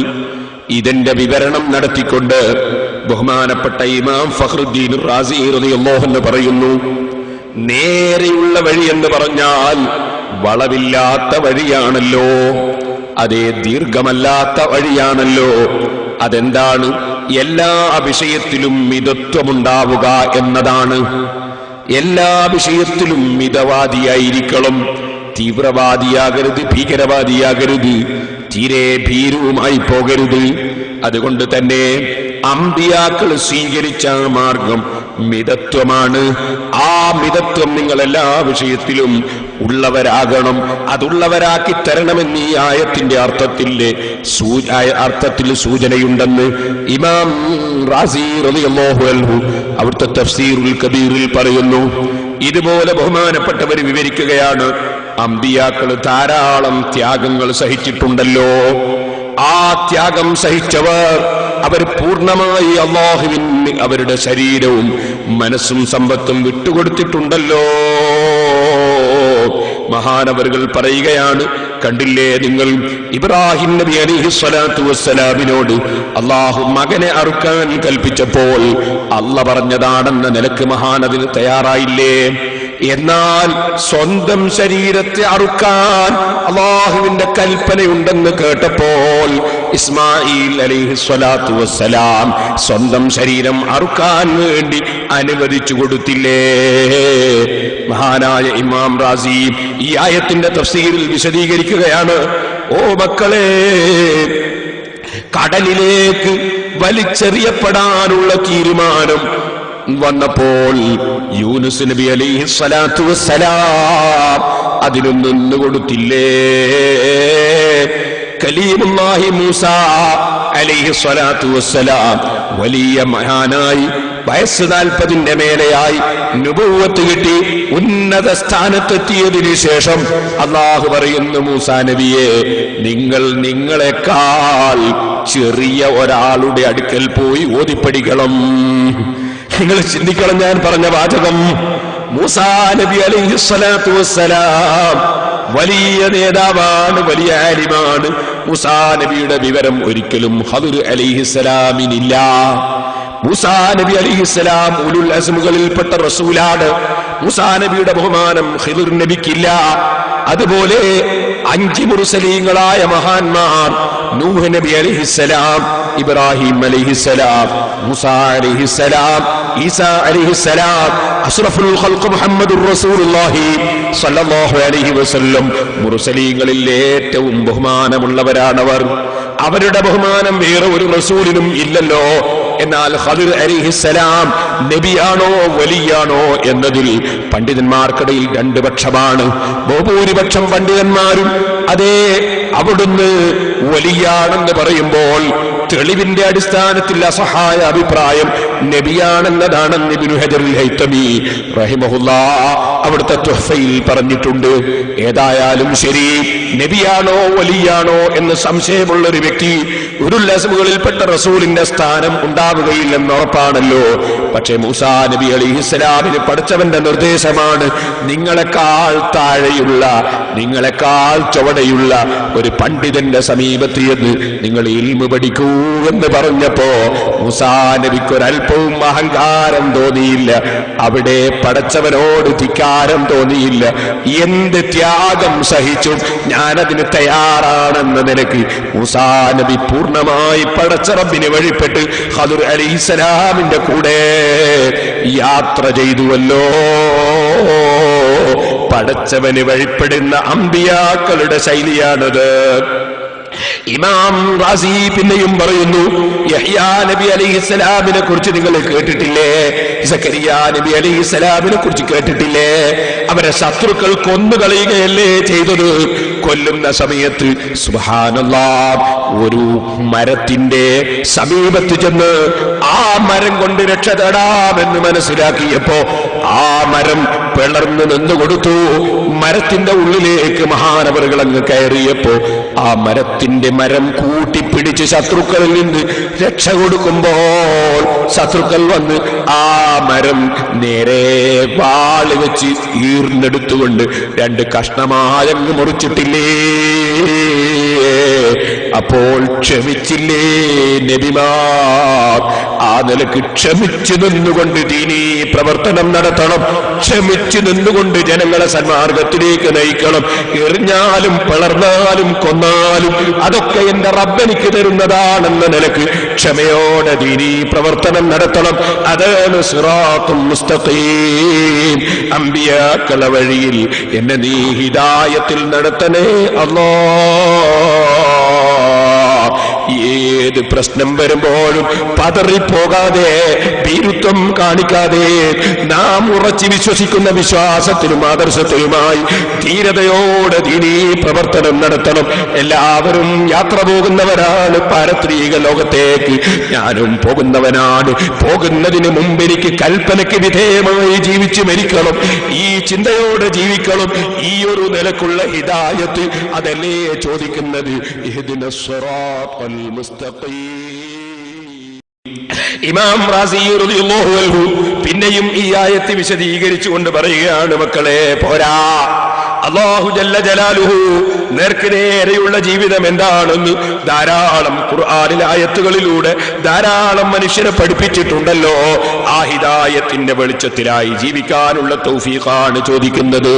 ഞാൻ എന്റെ ചെറുപ്പക്കാരോട് പറയട്ടെ, എല്ലാ വിഷയത്തിലും വേണം അല്ലാഹു നമുക്ക് കാണിച്ചു എന്ന ശരിയായ മാർഗം സ്വീകരിക്കണമെന്ന ചിന്ത. ഒന്നോ രണ്ടോ രംഗത്ത് പോരാ. ഓ മോനെ, എത്രയെത്ര സ്ഥലത്താണ് ഖുർആൻ നമ്മെ വിവരിച്ചു തന്നത്. ഞാൻ കുറച്ച് മാത്രം ഉദാഹരണത്തിന് വേണ്ടി ഖുർആനിൽ നിന്ന് തന്നെ ഉദ്ധരിച്ച് പറയട്ടെ. വഖളാ റബ്ബുക അല്ലാ തഅ്ബുദൂ ഇല്ലാ ഇയ്യാഹ്, അല്ലാഹുവിനെ അല്ലാതെ ആരാധിക്കാൻ പാടില്ല. അതാണ് രുജുവായ മാർഗം, ശരിയായ മാർഗം. ഇത് പടച്ച റബ്ബ് ആദ്യം പറഞ്ഞത് എന്താണ്? ആദ്യം പറയാൻ കാരണം ഇമാം റാസി റഹിമഹുല്ലാ വിവരിക്കുന്നു, അല്ലാഹു തആലയല്ലേ സർവ്വ അനുഗ്രഹവും ചെയ്തു തന്നത്. ബാപ്പയെ തന്നതും ഉമ്മയെ തന്നതും ഭാര്യയെ തന്നതും മക്കളെ തന്നതും സ്നേഹിതന്മാരെ തന്നതും സഹോദരന്മാരെ തന്നതും സഹോദരിമാരെ തന്നതും എല്ലാം എല്ലാം അല്ലാഹയല്ലേ. അതുകൊണ്ട് അല്ലാഹുവിനോടുള്ള കടപ്പാടല്ലേ മനുഷ്യൻ ഏറ്റവും നന്നായി വിട്ടേണ്ടത്. അത് പഠിപ്പിച്ചുകൊണ്ട് തന്നെ ഖുർആൻ പറയുന്നു, വബിൽ വാലിദൈനി ഇഹ്സാനാ, നേരെയുള്ള മാർഗത്തിൽ ജീവിക്കാൻ ഉദ്ദേശിക്കുന്ന മനുഷ്യ, വബിൽ വാലിദൈനി ഇഹ്സാനാ, മാതാപിതാക്കൾക്ക് നീ നന്മ ചെയ്യണം കേട്ടോ. ഇമ്മാ യബ്ലുഗന്ന ഇൻദകൽ കിബറ അഹദുഹുമാ ഔ കിലാഹുമാ ഫലാ തഖുൽ ലഹുമാ ഉഫ്ഫിൻ വലാ തൻഹർഹുമാ വഖുൽ ലഹുമാ ഖൗലൻ കരീമാ. ഈ സാധുവായ എന്റെ സദസ്സിൽ വന്ന ചെറുപ്പക്കാരെ, യുവാക്കളെ, കുട്ടികളെ, പടച്ച റബ്ബിന്റെ നിർദ്ദേശം നിങ്ങൾ കേട്ടോ. മാതാപിതാക്കളിൽ രണ്ടുപേർക്കുമോ അല്ലെങ്കിൽ ഒരാൾക്കോ ആർക്ക് പ്രായം ചെന്നാലും അവരാരോഗ്യം തകരുന്ന സമയത്ത്, അവർ ദുർബലരാകുന്ന സമയത്ത്, ഫലാ തഖുൽ ലഹുമാ ഉഫ്ഫിൻ, നീ അവരെ മനസ്സിന് മനക്ലേശമുണ്ടാക്കുന്ന ഒരൊറ്റ വാചകം പറഞ്ഞു പോകല്ലേ മോനെ. ഫലാ തഖുൽ ലഹുമാ ഉഫ്ഫിൻ, നീ ഉഫ്ഫിൻ എന്ന് പറയരുത്. പഴയ കാലത്ത് ചേ എന്ന് പറയരുത്, ഇതൊക്കെ അർത്ഥം പറയാറുണ്ട്. എന്തർത്ഥം പറഞ്ഞാലും ശരി, അവരെ മനസ്സിന് മനക്ലേശമുണ്ടാക്കുന്ന ഒരു വാചകം നിന്റെ നാവ് കൊണ്ട് ഉച്ചരിച്ചു പോകാൻ പാടില്ല. എന്ത് ഗൗരവമുള്ള വാചകമാണിത്. നീ അവരോട് തെറ്റ് ചെയ്യരുതെന്നല്ലല്ലോ പറഞ്ഞത്, അവരോട് മിണ്ടാതിരിക്കരുത് എന്നല്ലല്ലോ പറഞ്ഞത്, ബാപ്പ വിളിച്ചാ പോകാതിരിക്കരുത് എന്നല്ലല്ലോ പറഞ്ഞത്. അവരെ മനസ്സിന് മനക്ലേശമുണ്ടാക്കുന്ന ഒരു വാചകം നിന്റെ നാവിൽ നിന്ന് വന്നു പോകരുത് കേട്ടോ. فلا تقل لهما أف ولا تنهرهما, അവരെ വിരട്ടരുത് കേട്ടോ. വയസ്സായ ഉമ്മ ഇങ്ങനെ കിടക്കുകയാണ്. ചെറുപ്പത്തിൽ നിന്നെ പഠിപ്പിച്ചത് ഓരോ വാചകവും ഉമ്മയാ. കാറ് പോകുമ്പോ നീ ചോദിച്ചു എന്നാ ഉമ്മ? കാറാമനെ. പിന്നെയും എന്നാ ഉമ്മ? കാറാമനെ. പിന്നെയും ചോദിച്ചു എന്നാ ഉമ്മ? കാറാമനെ. 100 പ്രാവശ്യം പറഞ്ഞ് പഠിപ്പിച്ച ആ കാറ് എന്നുള്ള പേര്, കണ്ണ് എന്നുള്ള പേര്. ഇതെന്നാ? കണ്ണ് കണ്ണ് കണ്ണ്. എത്ര പ്രാവശ്യം പറഞ്ഞാ പഠിച്ചത്? ഓരോന്നും ഉമ്മ പഠിപ്പിച്ചതാ. ആ ഉമ്മ പ്രായമായിട്ട് വീട്ടിൽ കിടക്കുമ്പോ ഒരു കാർ അതിലേ അങ്ങ് പോയി. എന്നാ മോനെ? എന്നാ മോനെ? അത് കാറ്. ഉമ്മാക്ക് ശരിക്കും കേൾവിയില്ല. പിന്നെയും ചോദിച്ചുമ്പോ എന്നാ മോനെ? അത് കാറ്. എന്നിട്ടും കേട്ടില്ല. പിന്നെ എന്നാ മോനെ? നിങ്ങൾ എന്തിനാ അതെല്ലാം നോക്കുന്ന? അവിടെ കിടന്നാ പോരെ. നിങ്ങൾ എന്തിനാ നോക്കുന്ന? അവിടെ കിടന്നാ പോരെ. ഇവര് ദേഷ്യം പിടിച്ചു പോയി. മൂന്നാമത്തെ ദേഷ്യം പിടിച്ചു പോയി. മുമ്പ് 101 പ്രാവശ്യം പറഞ്ഞ് പഠിപ്പിച്ചതാ ഇവനെ, ഈ ഉമ്മ. ആ നന്ദിയില്ലാതെയായി പോയി അല്ലേ? ഇപ്പോൾ സമയമില്ലാത്തതുകൊണ്ട് ഞാൻ സംഭവങ്ങൾ പറയുന്നില്ല. 100 സംഭവങ്ങൾ എനിക്ക് അനുഭവത്തിൽ പറയാനുണ്ട്. ഉമ്മ വീട്ടിൽ വന്നിട്ട്, ഉമ്മാമ വീട്ടിൽ വന്നിട്ട്, ഉമ്മയും ഉമ്മാമയും ബാപ്പന്റെ ഉമ്മയും ബാപ്പന്റെ ഉമ്മന്റെ ഉമ്മയും, എവിടം വരെ ഉമ്മമാരുണ്ടോ മുഴുവനും ഉമ്മമാര് തന്നെ. ഒരു പ്രസവിച്ചവര് മാത്രമല്ല ഉമ്മ, എല്ലാം ഉമ്മമാര് തന്നെ. ആ ഉമ്മമാരുടെ സമ്മതമില്ലാതെ ഹജ്ജിന് വേണ്ടി വരെ പോകാൻ പാടുണ്ടോ? പിന്നെ ദുബായി പോകൽ പിന്നെയല്ലേ, ഖത്തറിൽ പോകൽ പിന്നെയല്ലേ, സൗദി പോകൽ പിന്നെയല്ലേ. ഹജ്ജിന് പോകണമെങ്കിൽ ഉമ്മാന്റെ സമ്മതം വേണ്ടേ? ഹജ്ജിന് പോകണമെങ്കിൽ ബാപ്പന്റെ സമ്മതം വേണ്ടേ? സഹോദരന്മാരെ, സുന്നത്തായ ഹജ്ജാണെങ്കിൽ പിന്നെ പറയേണ്ടതുണ്ടോ? ഉമ്മയും ബാപ്പയും ആരാണെന്ന് ആദരിച്ചത്? പരിശുദ്ധ ഖുർആൻ എത്ര ഗൗരവത്തിലാണ് ഉമ്മയുടെയും ബാപ്പയുടെയും വിഷയം പറയുന്നത്. വലാ തൻഹറുഹുമാ വഖുൽ ലഹുമാ ഖൗലൻ കരീമാ. വളരെ മാനമായ സംസാരം സംസാരിച്ചോളൂ. ചിലപ്പോ രാത്രി ഉള്ള എല്ലാ ഫിത്തനയും ഫസാദും ഭാര്യ പറഞ്ഞു തന്നിട്ടുണ്ടാവും ഉമ്മാനെ പറ്റി. അതാ ഒരു ഭാഗത്തൊന്നും പിന്നെ അങ്ങനത്തെ ഭാര്യമാരില്ലാത്തതുകൊണ്ട് ഞാൻ പറയുന്നില്ല. ഉമ്മാനെ പറ്റി എല്ലാ ഫിത്തനയും ഫസാദും ഭാര്യ പറഞ്ഞു തന്നിട്ടുണ്ടാവും രാത്രി തലേണി മന്ത്രത്തിൽ. അത് മുഴുവനും ഉമ്മാനോട് പ്രകടിപ്പിക്കുന്നവനായി പോകല്ല. അതേ സമയത്ത് ഉമ്മമാരോട് വേറെ ചില നിർദ്ദേശങ്ങളുണ്ട്. ഞാൻ മെഞ്ഞാന്ന് പറഞ്ഞിട്ടുണ്ട്. മകന്റെ ഭാര്യക്ക് എന്തുണ്ട് കുറ്റം എന്ന് നോക്കി നടന്നിട്ട് അത് മകന്റെ മനസ്സിലേക്ക് കത്തയച്ചിട്ടും ടെലിഫോൺ ചെയ്തിട്ടും എപ്പോ നോക്കിയവരും വിളിച്ചോ ഭാര്യന്റെ കുറ്റം മാത്രമേ ഉമ്മ പറയുള്ളൂ. അങ്ങനത്തെ ചില ഉമ്മാരുണ്ട്. അങ്ങനത്തെ ഉമ്മാരും നാദാവൻ ഭാഗത്തില്ലാത്തതുകൊണ്ട് ഞാൻ പറയുന്നില്ല. ഓ സഹോദരിമാരെ, നമ്മൾ മറ്റുള്ളവരെ ഗീബത്ത് പറയാൻ പറ്റുമോ? മകന്റെ ഭാര്യന്റെ ഗീബത്ത് പറയാൻ പറ്റുമോ? മകന്റെ ഭാര്യന്റെ ബാപ്പന്റെ ഗീബത്ത് പറയാൻ പറ്റുമോ? മകന്റെ ഭാര്യന്റെ ഉമ്മാന്റെ ഗീബത്ത് പറയാൻ പറ്റുമോ? ഗീബത്തല്ലേ നീ പറഞ്ഞത് മുഴുവനും? എന്തിന് നീ ഗീബത്ത് പറയാൻ പോകണം? എന്തിന് മറ്റുള്ളവരെ കുറ്റവും കുറവും പറയാൻ പോകണം? അപ്പൊ ഉമ്മാരത് വേറെ ശ്രദ്ധിക്കണം. ഇപ്പൊ സമയമില്ലാത്തതുകൊണ്ട് ഞാൻ പറയുന്നില്ല. സിറാജുൽ ഹുദയിൽ പലരും പല കത്ത് വയ്ക്കും. ഒരു ദിവസം ഒരു ചങ്ങാതി കത്തയച്ചു, എന്റെ ഉമ്മ മരിക്കാൻ ദ്വാരക്കണമെന്ന് എന്റെ കത്ത്. ഹക്ക് ഉള്ളതാണ് ഞാൻ പറഞ്ഞത്. ഞാൻ വെറുതെ ഖുർആന് മുമ്പിൽ വെച്ച് കളവ് പറയും. ഉമ്മ മരിക്കാൻ വേണ്ടി ദ്വാരക്കണം എന്നൊരു ചെറുപ്പക്കാരൻ കത്തയച്ചു. വലിയ മോശമായി പോയി അവൻ എഴുതിയത്. പക്ഷേ അവന്റെ കത്ത് വായിച്ചാൽ ഉമ്മ എല്ലാത്തൊരു പെണ്ണാണെങ്കിൽ മരിക്കണമെന്ന് നമുക്കും തോന്നിപ്പോവും. അത്ര ആക്രമം ചെയ്യുന്നൊരു ഉമ്മ. അങ്ങനെ ഉമ്മാരും ആയിപ്പോരുത്. ഞാൻ അതിലേക്കൊന്നും ഇപ്പൊ കടന്ന് സംസാരിക്കുന്നില്ല. ഇരിക്കട്ടെ, ഉമ്മ ബാപ്പയോടുള്ള കടപ്പാട് ചെറുതല്ല മക്കളെ. വളരെ നന്നായി ആദരിച്ചോളണം. ഖുർആൻ പറയുന്നു, സിറാത്തുൽ മുസ്തഖീം എന്ന് പറഞ്ഞാൽ നേരെയുള്ള വഴിയാണ്. അതെല്ലാ രംഗത്തും നേരെയുള്ള വഴിയാകണം. ബാപ്പയോടും ഉമ്മയോടുമുള്ള ബഹുമാനം അത് വളരെ ഗൗരവമുള്ളതാണ്. വഖ്ഫിദ് ലഹുമാ ജനാഹദ്ദുല്ലി മിനർ റഹ്മ. കാരുണ്യത്തിന്റെ ചിറക് താഴ്മയോടെ നീ അവർക്ക് വിരിച്ചു കൊടുക്കണേ. ഉമ്മയോടെപ്പോഴും പറയണം, മോനെ, ഉമ്മ ഒരു പേടിയും പേടിക്കണ്ട. എനിക്കല്ല ആരോഗ്യവുമായി സ്വന്തമെങ്കിൽ ഉമ്മ വിഷമിക്കൂല, ഉമ്മാക്ക് പ്രയാസം വരൂല. ഓരോ മക്കളും പറഞ്ഞോളണം അത്, ഓരോ പെൺകുട്ടികളും പറഞ്ഞോളണം അത്. സുബ്ഹാനല്ലാഹ്. ഞാൻ ഇന്നാണ് നോക്കുമ്പോ ഒരു ഉദാഹരണം പറയാണ്. ഒരു ചങ്ങാതി വന്ന് പറയാണ്, എന്താ പറയുന്നത്, ഉമ്മ വേറെ പൊരക്കാളുള്ളത്, ഞാൻ പിന്നൊട്ടുമ്മാനോടേക്ക് വരുവാൻ പറഞ്ഞിട്ടുമില്ല. ഞാൻ ചോദിച്ചാ എന്താ? ഉമ്മയുള്ള സ്വത്ത് തീർത്തു അവനാ കൊടുത്ത്, പിന്നെ ഞാനെന്തിനാ വിളിക്കുന്നു? സുബ്ഹാനല്ലാഹ്. ഇവൻ ഉമ്മനെ ബഹുമാനിക്കുന്നവനാണോ? ഇവൻ നാറിയ സ്വത്തിനെ ബഹുമാനിക്കുന്നവനല്ലേ? നാറിയ സ്വത്തിനെ ബഹുമാനിക്കുന്നവനല്ലേ ഇവൻ? എടോ മനുഷ്യ, 5 പൈസക്ക് ഗതിയില്ലാത്ത ബാപ്പ മരിച്ചു പോകുന്നില്ലേ? 5 പൈസക്ക് ഗതിയില്ലാത്ത ബാപ്പയും ഉമ്മയും ഇല്ലേ? അവരെ മക്കൾ അവരെ ബാപ്പനെയും ഉമ്മനെയും നോക്കുന്നില്ലേ? പണത്തിന് വേണ്ടിയാണോ ബാപ്പനെ നോക്കുന്നത്? പണത്തിന് വേണ്ടിയാണോ ഉമ്മനെ നോക്കുന്നത്? അതേ സമയത്ത് ബാപ്പാരുമാരും ചിന്തിക്കണം, മക്കളോട് നീ അനീതി കാണിക്കുന്നത് ശരിയല്ല. മക്കളോട് അനീതി കാണിക്കരുത്. എല്ലാ മക്കളെയും തുല്യമായി തന്നെ കാണണം. ഒരു മകനോട് അനീതി കാണിക്കുന്നത് ശരിയല്ല. അത് നബി സല്ലല്ലാഹു അലൈഹി വസല്ലം വേറെ പഠിപ്പിച്ചിട്ടുണ്ട്. എല്ലാ രംഗത്തും മിതമായ നിലവാരമാണല്ലോ ഇസ്ലാം. അതുകൊണ്ട് മക്കളോട് ബാപ്പമാര് അതേ അനീതി കാണിക്കരുത്. ഒരാൾക്ക് കൂടുതൽ കൊടുക്കുകയും ഒരാൾക്ക് കുറച്ചാക്കുകയും ചെയ്യരുത്. ബഹുമാനപ്പെട്ട നുഅ്മാൻ ഇബ്നു ബശീർ റളിയല്ലാഹു അൻഹുവിന് ആ രൂപത്തിൽ സ്വന്തം ബാപ്പ കൊടുത്തപ്പോൾ, മറ്റു മക്കൾക്ക് കൊടുക്കാതെ കൊടുത്തപ്പോൾ തിരിച്ചു വാങ്ങാനല്ലേ നബി സല്ലല്ലാഹു അലൈഹി വസല്ലം പറഞ്ഞത്? എല്ലാ മക്കളോടും നീതി കാണിക്കണ്ടേ? പക്ഷേ ഞാൻ നിങ്ങളോട് പറയുന്നു, മക്കളോട് പറയുന്നു, മക്കളെ, ബാപ്പ ഒരാൾക്ക് അങ്ങനെ കൊടുത്തിട്ടുണ്ടെങ്കിൽ അതിന്റെ പേരിൽ പ്രതിഷേധം കാണിക്കാൻ നിങ്ങൾക്ക് അവകാശമില്ല കേട്ടോ. ബാപ്പയുടെ അധികാരം വേറെ തന്നെ. അതേ സമയത്ത് ബാപ്പയുടെ അധികാരം പോലുള്ള അധികാരം മക്കൾക്ക് അങ്ങോട്ടില്ല. നബി സല്ലല്ലാഹു അലൈഹി വസല്ലമ തങ്ങളടുക്കൽ വന്ന് കംപ്ലൈന്റ് പറഞ്ഞില്ലേ ഒരാൾ? അദ്ദേഹം പറഞ്ഞ കംപ്ലൈന്റ് എന്താണ്?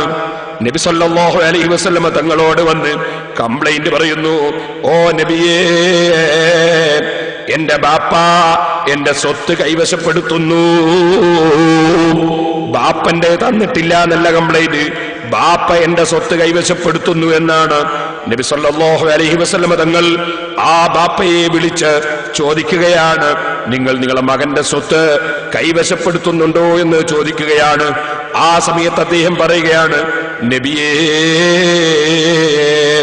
വടിയും കുത്തി വന്നിട്ട് ആ പ്രായമുള്ള ബാപ്പ പറയുകയാണ്, യാ റസൂലല്ലാഹ്, കാന ദഈഫൻ വ അന ഖവിയ്യുൻ, എനിക്ക് ആരോഗ്യവും ശക്തിയുമുള്ള സമയത്ത് ഇവൻ ദുർബലനായിരുന്നു, ഇവൻ കുട്ടിയായിരുന്നു. അതേ, വഫഖീറൻ വ അന ഗനിയ്യുൻ, എനിക്ക് ഐശ്വര്യമുള്ള സമയത്ത് ഇവൻ ദരിദ്രനായിരുന്നു, എന്റെ മകന്റെ കയ്യിൽ 5 പൈസ ഉണ്ടായിരുന്നില്ലല്ലോ. ഫകുന്തു ലാ അംനഹു ശൈഅൻ മിൻ മാലി, അന്ന് എന്റെ സ്വത്ത് മുഴുവനും അവന് വേണ്ടിയല്ലേ ഞാൻ ചെലവഴിച്ചത്, അവന് വേണ്ടിയല്ലേ ഞാൻ കൊടുത്തത്, അവനല്ലേ ഞാൻ അനുവദിച്ചത്, ഞാൻ അധ്വാനിച്ചത് തന്നെ എന്റെ ഈ മകന് വേണ്ടിയല്ലേ. എന്നാൽ വല്യൗമ, ഈ ദിവസം വഅന ദഈഫുൻ, എനിക്ക് ജോലിക്ക് പോകാൻ കഴിയാത്തവനാണ്, കച്ചവടത്തിന് പോകാൻ കഴിയാത്ത ദുർബലനാണ്. വഹുവ ഖവിയ്യുൻ, അവൻ അതാ ശരീരത്തിന് ആരോഗ്യമുള്ളവനാണ്. വഫഖീറുൻ, ഞാനിപ്പോൾ ദരിദ്രനാണ്. വഹുവ ഗനിയ്യുൻ, അവൻ പൈസ ഉള്ളവനാണ്. വയബ്ഖലു അലയ്യ ബിമാലിഹി, എന്നിട്ട് അവന്റെ സ്വത്ത് ഞാൻ എടുക്കുമ്പോൾ അവന്റെ മുഖം കറക്കുകയാണ്, ഞാൻ അനുഭവിക്കുമ്പോൾ അവന് വെറുപ്പ് പിടിക്കുകയാണ്, അവൻ ബഖീലാവുകയാണ്. ഈ പ്രായം ചെന്ന ബാപ്പയുടെ ഈ അവതരണം കേട്ടപ്പോ റസൂലുള്ളാഹി സ്വല്ലല്ലാഹു അലൈഹി വസല്ലം കരഞ്ഞുപോയി. എന്നിട്ട് അവിടുന്ന് പറഞ്ഞു, മാ മിൻ ഹജരിൻ വലാ മദരിൻ യസ്മഉ ഹാദാ ഇല്ലാ ബകാ, ഏതൊരു കല്ലും മണ്ണും ഇത് കേട്ടാൽ കരയാതിരിക്കില്ല. ബാപ്പ പറഞ്ഞത് എന്തൊരു സത്യമാണ്. ഉടനെ തന്നെ മകനെ വിളിച്ചിട്ട് പറഞ്ഞു, മോനെ, അന്തവമാലുക ലിഅബീക, നീയും നിന്റെ സ്വത്തും നിന്റെ ബാപ്പന്റെതാണ് കേട്ടോ. അന്തവമാലുക ലിഅബീക, നീയും നിന്റെ സ്വത്തും നിന്റെ ബാപ്പന്റെതാണ് കേട്ടോ. നിന്റെ സ്വത്ത് ബാപ്പ എടുത്താൽ നീ അത് നോക്കി നിൽക്കുകയല്ലാതെ നീ ബാപ്പയ്ക്കെതിരെ മുണ്ടിപ്പോകരുത് കേട്ടോ. അഷ്റഫുൽ ഖൽഖ് സ്വല്ലല്ലാഹു അലൈഹി വസല്ലം തങ്ങൾ പറയുകയാണ്, സഹോദരന്മാരെ, ബാപ്പയും ഉമ്മയും എന്ന് പറയുന്നത് അതൊരു ചെറിയ സംഗതിയാണെന്നൊരിക്കലും തന്നെ എന്റെ ചെറുപ്പക്കാര് മനസ്സിലാക്കി പോകരുത്. ഖുർആൻ അതാണ് സിറാത്തുൽ മുസ്തഖീം വിവരിക്കുമ്പോ വളരെ ഗൗരവത്തോടുകൂടെ പറയുന്നത് ബാപ്പയുടെയും ഉമ്മയുടെയും കാര്യമല്ലേ. കേട്ടിട്ടില്ലേ നിങ്ങൾ ഒരു ചരിത്രം? എന്താണ് സുബ്ഹാനല്ലാഹ്, ഉമ്മ ചെറുതാണോ ഉമ്മയുടെ കാര്യം? ഒരു വലിയ മഹാനായ ഒരു ശൈഖ്, ആ ശൈഖ് ഹജ്ജിന് വേണ്ടി പോകണമെന്ന് ചിന്തിച്ചു. അതാ തവാഫ് ചെയ്യാൻ വേണ്ടി മക്കയിലേക്ക് പോകണമെന്ന് ചിന്തിച്ചു. ഹജ്ജിന് വേണ്ടി എന്ന് ചരിത്രത്തിൽ കാണുന്നില്ല, മക്ക കരുതി ഉദ്ദേശിച്ചു എന്നാണ് കാണുന്നത്. അപ്പോൾ പോകുന്ന സമയത്ത് തവാഫിന് വേണ്ടി മക്കയിലേക്ക് പോകുമ്പോ, യാത്ര പോകുമ്പോ ഉമ്മയോട് സമ്മതം ചോദിച്ചു. പക്ഷെ ഉമ്മ സമ്മതം കൊടുത്തില്ല. അതേ, ഉമ്മന്റെ സമ്മതമില്ലാതെ കഅബ തവാഫ് ചെയ്യാൻ വേണ്ടി മക്കയിലേക്ക് പുറപ്പെട്ടു. ഉമ്മ പിന്നാലെ ഇറങ്ങി, ഈ മകന്റെ പിന്നാലെ ഉമ്മ ഇറങ്ങി. എന്നിട്ട് പടച്ചവനോട് ഒരൊറ്റ ദുആയാണ്, യാ റബ്ബി ഇന്ന ബനി അഹ്റഖനി ബിനാരിൽ ഫുർഖതി സല്ലിത് അലൈഹി ഖാബാ. അല്ലാഹുവേ, റബ്ബേ, എന്റെ മകൾ എന്നെ വേർവിട്ടു പോകുന്നത് എനിക്ക് ഇഷ്ടപ്പെടാൻ കഴിയുന്നില്ല, എന്റെ മനസ്സ് അനുവദിക്കുന്നില്ല. ഇപ്പോഴിതാ എന്നെ വേർവിട്ട് എന്റെ മനസ്സിനെ കരിച്ചുകൊണ്ട്, എന്റെ മനസ്സ് വേദനിപ്പിച്ചുകൊണ്ട് എന്റെ മകനിതാ മക്കയിലേക്ക് തവാഫിന് പോകുന്നു. അവന് വേണ്ട ശിക്ഷ നീ കൊടുക്കണം അല്ലാഹ്. ഉമ്മയെന്ന് പ്രാർത്ഥിച്ചു പോയി. സഹോദരന്മാരെ, ചരിത്രത്തിൽ നിങ്ങൾക്ക് കാണാം, അദ്ദേഹം പുറപ്പെട്ട് യാത്ര പോകുന്നതിനിടയിൽ ഒരു പട്ടണത്തിൽ യാത്രക്കിടയിലെത്തി. അവിടെ ഒരു പള്ളി കണ്ടപ്പോൾ പള്ളിയിൽ രാത്രി സമയത്ത് ഇബാദത്തെടുക്കാമെന്ന് കരുതി ഈ മഹാനായ ശൈഖ് അവിടേക്ക് കയറി. ഇബാദത്തിന് വേണ്ടി പള്ളിയിൽ കയറി. പള്ളിയുടെ തൊട്ടടുത്ത വീട്ടിൽ അപ്പോഴതാ ഒരു ഒച്ചപ്പാട്. എന്താണ്? ആ വീട്ടിൽ കള്ളം കയറിയിരിക്കുകയാണ്. കള്ളം കയറിയപ്പോൾ പുരക്കാരൻ അറിഞ്ഞുപോയി. അറിഞ്ഞതിന്റെ പേരിൽ വീട്ടുകാരൻ ഈ കള്ളനെ പിടിക്കാൻ വേണ്ടി ഇറങ്ങിയപ്പോൾ കള്ളൻ ഓടിക്കളഞ്ഞു. പള്ളിയുടെ ഭാഗത്തേക്കാണ് ഓടിയത്. അവര് കുറെ പരതി നോക്കി, എവിടെയും കള്ളനെ കാണുന്നില്ല. അങ്ങനെ ഒരു പള്ളിയുടെ വാതിൽ തുറന്നു. വാതിൽ തുറന്നു നോക്കുമ്പോ ഒരാളെ പള്ളിയിൽ കണ്ടു. അയാൾ നിസ്കരിക്കുകയാണ്. അത് ശരി, ഓടി വന്ന് കൈകെട്ടിയതാണല്ലേ? എന്ന് പറഞ്ഞ് ഈ ശൈഖിനെ അവര് പിടികൂടി രാജ്യത്തെ ഭരണാധികാരിയുടെ മുന്നിൽ ഹാജരാക്കി. ഭരണാധികാരിയോ അതാ ഈ മനുഷ്യന്റെ 2 കൈയും 2 കാലും മുറിക്കാനും കണ്ണ് ചൂഴ്ന്നെടുക്കാനും വിധിച്ചു. 2 കൈയും വെട്ടിപ്പോയി, 2 കാലും വെട്ടിപ്പോയി, കണ്ണ് 2ഉം ചൂഴ്ന്നുപോയി. എന്നിട്ട് അദ്ദേഹത്തെ അങ്ങാടിയിൽ കൊണ്ടുവന്ന് ഈ ജനങ്ങള് ഇങ്ങനെ ആളുകൾക്ക് പ്രദർശിപ്പിച്ചുകൊണ്ട് വിളിച്ചു പറയുകയാണ്. എന്താ വിളിച്ചു പറയുന്നത്? ഹാദാ ജസാഉസ് സാരിഖീൻ. രാജാവിന്റെ കൊട്ടാരത്തിന്റെയും കുടുംബത്തിന്റെയും ഒക്കെ ബന്ധത്തിൽപ്പെട്ട ആളുകളെ കക്കാൻ ചൊല്ലുന്നവരെ രാജാക്കന്മാരെ വെറുതെ വിടുമോ? ഓ ജനങ്ങളെ, ഹാദാ ജസാഉസ് സാരിഖീൻ, കള്ളന് കൊടുക്കുന്ന പ്രതിഫലമാണിതെന്ന് അതാ ജനങ്ങളെ മുന്നിലൂടെ ഈ ശൈഖിനെ നടത്തിക്കൊണ്ടുപോയി വിളിച്ചു പറയുകയാണ്. അപ്പോൾ ആ മനുഷ്യൻ ജനങ്ങളോട് പറയുന്നു, ലാ തഖൂലൂ ദാലിക, നിങ്ങൾ അങ്ങനെ പറയല്ല മക്കളെ, ബൽ മറിച്ച് ഖൂലൂ, നിങ്ങൾ പറയൂ, ഹാദാ ജസാഉ മൻ ഖസദ തവാഫ മക്കത ബിലാ ഇദ്നി ഉമ്മിഹി, ഉമ്മാന്റെ സമ്മതം കൂടാതെ മക്കയിൽ തവാഫിന് പോകുന്നവർക്ക് കിട്ടുന്ന ശിക്ഷയാണിതെന്ന് നിങ്ങൾ വിളിച്ചു പറഞ്ഞോളൂ. കള്ളന്റെ ശിക്ഷയെന്ന് നിങ്ങൾ പറയല്ല, ഉമ്മാന്റെ സമ്മതമില്ലാതെ തവാഫിന് പോകുന്നവർക്കുള്ള ശിക്ഷയാണെന്ന് വിളിച്ചു പറഞ്ഞോളൂ. ഇവരിങ്ങനെ ഇയാളിങ്ങനെ പറയുന്നത് കേട്ടപ്പോ അദ്ദേഹം കരയുകയാണ്. ആ ആളുകൾ ചോദിച്ചു, എന്താണ് നിങ്ങൾ അങ്ങനെ പറയാൻ കാരണം? അദ്ദേഹം പറഞ്ഞു, സംഭവം ഇങ്ങനെയാണ്. പക്ഷെ നേരത്തെ ഞാൻ പറഞ്ഞാൽ നിങ്ങൾ നേരാക്കൂലല്ലോ, എന്നെ കള്ളനാക്കിയതല്ലേ. സംഭവം ഇതാണ്, എന്റെ ഉമ്മ സമ്മതം തരാതെ ഞാൻ കഅബയുടെ അടുത്തേക്ക് പുറപ്പെട്ടു. ഉമ്മാക്കത് മനസ്സിന് വിഷമമുണ്ടായി, ഉമ്മ പ്രാർത്ഥിച്ചുപോയി. അവരങ്ങനെ തന്നെ അദ്ദേഹത്തിന്റെ നാട്ടിലേക്ക് അദ്ദേഹത്തെ എടുത്തുകൊണ്ടുവന്നു. ഉമ്മ ആരാധിച്ചുകൊണ്ടിരിക്കുന്ന ആരാധനാ മണ്ഡപത്തിന്റെ ഗേറ്റിങ്ങിൽ അവര് ആ കുട്ടിയെ അവിടെ വെച്ചു, ആ മകനെ വെച്ചു. ആ മകൻ അവിടെ വെച്ചതിന് ശേഷം അതാ കേൾക്കുന്നു ഉമ്മയുടെ ശബ്ദം വീട്ടിന്റെ ഉള്ളിൽ നിന്ന്. ഉമ്മ ഇങ്ങനെ ദ്വാരക്കാണ്. എന്താ ദ്വാ? യാ റബ്ബി നിബ്തലൈത ബിനി ബിബലാഇൻ നഇദു ഇലൈഹ ഹത്താ അറാ. എന്റെ മകൻ എന്നെയും വിട്ടുപിരിഞ്ഞ് സമ്മതമില്ലാതെ പോയ മകൻ, ആ മകന് നീ ശിക്ഷ കൊടുത്തിട്ടുണ്ടെങ്കിൽ നീ തിരിച്ചു കൊണ്ടുവാ അല്ലാ, എനിക്കൊന്നവനെ കാണാമല്ലോ എന്ന് ഉമ്മ ആ വീട്ടിന്റെ ഉള്ളിൽ വെച്ച് പ്രാർത്ഥിക്കുകയാണ്. അപ്പോഴാണ് ഈ ശൈഖ് പുറത്തു വന്ന് ഗേറ്റിംഗിൽ നിൽക്കുന്നത്. ഗേറ്റിംഗിൽ നിന്ന് ശൈഖ് ഉറക്കെ വിളിച്ചു പറയുന്നു, അന മുസാഫിറുൻ ജാഇഉൻ ഫഅത്ഇമീനി, ഞാൻ വിശക്കുന്ന ഒരു യാത്രക്കാരനാണ്, എനിക്ക് നിങ്ങൾ ഭക്ഷണം തരൂ പെണ്ണേ. അപ്പോൾ ഉമ്മ ഉള്ളിൽ നിന്ന് വിളിച്ചു പറയുന്നു, ഓ ഈ തീലാബാം, അങ്ങനത്തെ യാത്രക്കാരനാണെങ്കിൽ നീ എന്റെ വാതിലിന്റെ അടുക്കലേക്ക് ഇങ്ങോട്ട് വാ. ഉമ്മ എന്റെ മകനാ പുറത്തുനിന്ന് വിളിക്കുന്നത്, നീ ഉമ്മ അറിയില്ല. ഉമ്മ പറയുന്നു, യാത്രക്കാരാ, നീ എന്റെ വീട്ടിന്റെ വാതിലിന്റെ അടുത്തേക്ക് വാ. അപ്പോൾ ഇയാൾ വിളിച്ചു പറയുന്നു, മാലീമിന്റെ ജിലൈനി, എനിക്ക് കാലില്ല ഉമ്മ, വീട്ടിനടുക്കലേക്ക് വരാൻ കാലില്ല. അതുകൊണ്ട് അപ്പൊ ഉമ്മ പറയുന്നു, എന്നാ ഇലയ്യ, നിന്റെ 2 യദൈക ഇലയ്യ, നിന്റെ കയ്യൊന്നിങ്ങ് നീട്ടൂ, ഞാൻ ഭക്ഷണം തരാം. അപ്പോൾ ഇദ്ദേഹം പറയുന്നു, മാലി മിൻ യദൈനി, എനിക്ക് 2 കയ്യുമില്ല ഉമ്മ. അപ്പൊ ഉമ്മ പറയുന്നു, ഇന്ന തഅംതുക തഹ്സുലു ബൈനി വബൈനക ഹുർമ, പിന്നെ ഞാൻ നിനക്ക് ഭക്ഷണം തരാൻ വന്നാൽ ഞാൻ നിന്നെ കണ്ടുപോകൂലേ, അതുകൊണ്ടല്ലേ സമീപത്ത് നിന്ന് കൈനീട്ടാൻ പറഞ്ഞത്.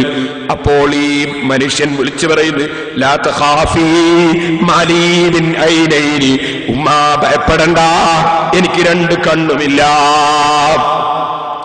കാണുന്നത് പേടിക്കണ്ട, എനിക്ക് കണ്ണില്ല. ഉമ്മ അറിയുന്നില്ല ഇതെന്റെ മകനാണെന്ന് അറിയുന്നില്ല. ഈ ഉമ്മ ഒരു പത്തിരിയും എടുത്തിട്ട് ഗേറ്റിനടുക്കലേക്ക് പുറത്തേക്ക് വരുന്നു. ഒരൽപ്പം തണുത്ത വെള്ളവുമുണ്ട്. ഒരു പാത്രത്തിൽ വെള്ളവുമായി അടുത്തിങ്ങി വരുമ്പോ ഈ മകൻ ഉമ്മയുടെ കാൽക്കലേക്കൊന്നിഴഞ്ഞങ്ങ് നീങ്ങിയിട്ട് അതാ ഉമ്മയുടെ കാൽക്കൽ ഈ മകന്റെ മുഖം വെച്ച് കാല് പിടിച്ച് ചുംബിക്കുന്നു. ചുംബിച്ചുകൊണ്ട് പറയുന്നു, അനബലുക്കല്ലാസീ, തെറ്റ് ചെയ്തു പോയ മകനാണ് ഉമ്മ, തെറ്റ് ചെയ്തു പോയ മകനാണ് ഉമ്മ. ഉമ്മാക്ക് മനസ്സിലായി ഇതെന്റെ മകനാണെന്ന് മനസ്സിലായി. ഉമ്മ കരയുന്നു.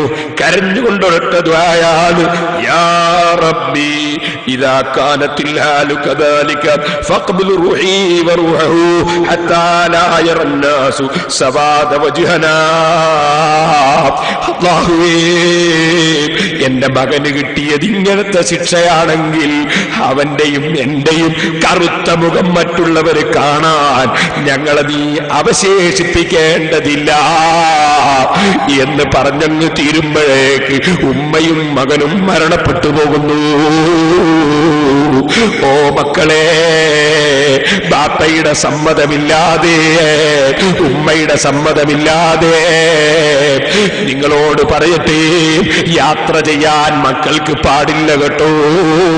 അത് തവാഫിന് വേണ്ടിയാണെങ്കിലും പാടില്ല. ബാപ്പയും ഉമ്മയും വല്ലാത്ത സ്ഥാനം തന്നെ. ഖുർആനിൽ 3 കാര്യങ്ങളല്ലേ അല്ലാഹു തആല ഘടിപ്പിച്ച് പറഞ്ഞിട്ടുള്ളത്. ഒന്ന് പറഞ്ഞത് എന്താണ്? അത്തീഉല്ലാഹ വ അത്തീഉർ റസൂല. നിങ്ങൾ അല്ലാഹുവിനെ അനുസരിക്കൂ, അല്ലാഹുവിന്റെ റസൂലിനെ അനുസരിക്കൂ. അല്ലാഹുവിന്റെ റസൂലിനെ അനുസരിക്കാതെ അല്ലാഹുവിനെ അനുസരിക്കാൻ സാധ്യമല്ല. ഇതുപോലെ അഖീമുസ് സ്വലാത്ത വ ആതുസ് സകാത്ത്, നിസ്കാരം മുറക്ക് നിർവഹിക്കൂ, സകാത്ത് കൊടുത്തു വിട്ടു. സകാത്ത് കൊടുക്കാതെ നിസ്കാരം മാത്രം നടത്തിയാൽ നിനക്ക് സ്വർഗത്തിലേക്ക് അങ്ങ് പെട്ടെന്ന് കടക്കാൻ കഴിയില്ല മോനെ. മൂന്നാമത്തതാണ് അദിസ്കുർലി വലിവാലിദൈക. പടച്ചവനായ എനിക്ക് നിങ്ങൾ നന്ദി ചെയ്യൂ, നിങ്ങളെ മാതാപിതാക്കൾക്കും നന്ദി ചെയ്യൂ. അല്ലാഹുവിന്റെ അനുമതിയില്ലാതെ കാര്യം ചെയ്യാൻ പാടുണ്ടോ? ബാപ്പയുടെയും ഉമ്മയുടെയും അനുമതി വേണം. പക്ഷേ അല്ലാഹുവിന്റെ ദീനിൽ കൽപ്പിക്കപ്പെട്ട ഒരു കാര്യം ചെയ്യേണ്ടതില്ലെന്ന് ബാപ്പ പറഞ്ഞാലോ, നീ നിസ്കരിക്കണ്ടെന്ന് ബാപ്പ പറഞ്ഞാലോ, അല്ല നീ നോമ്പെടുക്കണ്ടെന്ന് ഉമ്മ പറഞ്ഞാലോ, അല്ലെങ്കിൽ മക്കളെ നീ നിന്റെ വിശ്വാസം പിഴക്കണം എന്ന് ബാപ്പയോ ഉമ്മയോ പറഞ്ഞാലോ, ഖുർആൻ തന്നെ പറഞ്ഞിട്ടുണ്ടല്ലോ, ഇൻ ജാഹദാക അലാ അൻ തുശ്രിക ബി മാ ലൈസ ലക ബിഹി ഇൽം ഫലാ തുതിഉമാ. അല്ലാഹുവിന് ധിക്കാരം നടത്തുന്ന കാര്യത്തിൽ നിങ്ങൾ മാതാപിതാക്കൾക്ക് വഴിപ്പെടാൻ പാടില്ല. പടച്ചവൻ വിരോധിച്ച കാര്യം ബാപ്പ പറഞ്ഞാലും ചെയ്യാൻ പാടില്ല, ഉമ്മ പറഞ്ഞാലും ചെയ്യാൻ പാടില്ല. അതേ സമയത്ത് നാം ബാപ്പയുടെയും ഉമ്മയുടെയും പൊരുത്തമില്ലാതെ നേരായ വഴിയിലുള്ള ജീവിതം സാധ്യമല്ല. അതുകൊണ്ടാണ് പരിശുദ്ധ ഖുർആൻ ബാപ്പയോടും ഉമ്മയോടുമുള്ള കാര്യം പ്രത്യേകമായി നമ്മെ ഓർമ്മപ്പെടുത്തിയിട്ടുള്ളത്. ശരിയായ മാർഗത്തിൽ ജീവിക്കുമ്പോൾ അനിവാര്യം തന്നെ. എന്നിട്ട് ഖുർആൻ പറയുകയാണ്, റബ്ബിർഹംഹുമാ കമാ റബ്ബയാനി സഗീറാ. പറയൂ, ഓ അല്ലാഹുവേ, എന്റെ മാതാപിതാക്കൾക്ക് കാരുണ്യം ചെയ്യണേ. അവര് രണ്ടുപേരും എന്നെ കുട്ടിക്കാലത്ത് വളർത്തിയതാണല്ലോ. ഓ സഹോദരന്മാരെ, ഇതെന്താണ് അറിയിക്കുന്നത്? ജീവിച്ചിരിക്കുന്ന കാലത്തല്ലേ നിനക്ക് ബാപ്പാക്ക് ഖിദ്മത്തെടുക്കാൻ കഴിയൂ, ബാപ്പാനെ ബഹുമാനിച്ച് നിനക്ക് നന്ദി ചെയ്യാൻ കഴിയൂ എന്ന ധാരണ പറ്റില്ല. മരിച്ചു പോയാലും നീ എപ്പോഴും നീ ബാപ്പയ്ക്ക് വേണ്ടി പ്രാർത്ഥിക്കുന്നവനാകണം, ഉമ്മാക്ക് വേണ്ടി പ്രാർത്ഥിക്കുന്നവനാകണം. മക്കളെ, ബാപ്പക്കും ഉമ്മക്കും മക്കൾ എന്ത് ചെയ്തിട്ടും കാര്യമില്ല. അവനവൻ ചെയ്തതേ അവനവന് കിട്ടൂ. അതുകൊണ്ട് ബാപ്പന്റെ പേരിൽ നിങ്ങൾ ഭക്ഷണം കൊടുക്കേണ്ടതില്ല, ബാപ്പന്റെ പേരിൽ ദുആ നടത്തേണ്ടതില്ല, ബാപ്പന്റെ പേരിൽ ഖുർആൻ ഓതേണ്ടതില്ല, ബാപ്പന്റെ പേരിൽ നിങ്ങൾ ആണ്ട് കഴിക്കേണ്ടതില്ല, ബാപ്പന്റെ പേരിൽ നിങ്ങൾ ഭക്ഷണം വിതരണം ചെയ്യേണ്ടതില്ല, ബാപ്പന്റെ പേരിൽ ഖുർആൻ ഓതേണ്ടതില്ല, ദിക്ർ ചൊല്ലേണ്ടതില്ല എന്ന് പറഞ്ഞിട്ട് നേരെയുള്ള വഴിയിൽ നിന്ന് തെറ്റിപ്പോയവർ വരുമ്പോ അല്ലാഹുവിന്റെ റസൂലിന്റെ വാചകം ഓർമ്മിക്കണേ മുസ്ലിമീങ്ങളെ.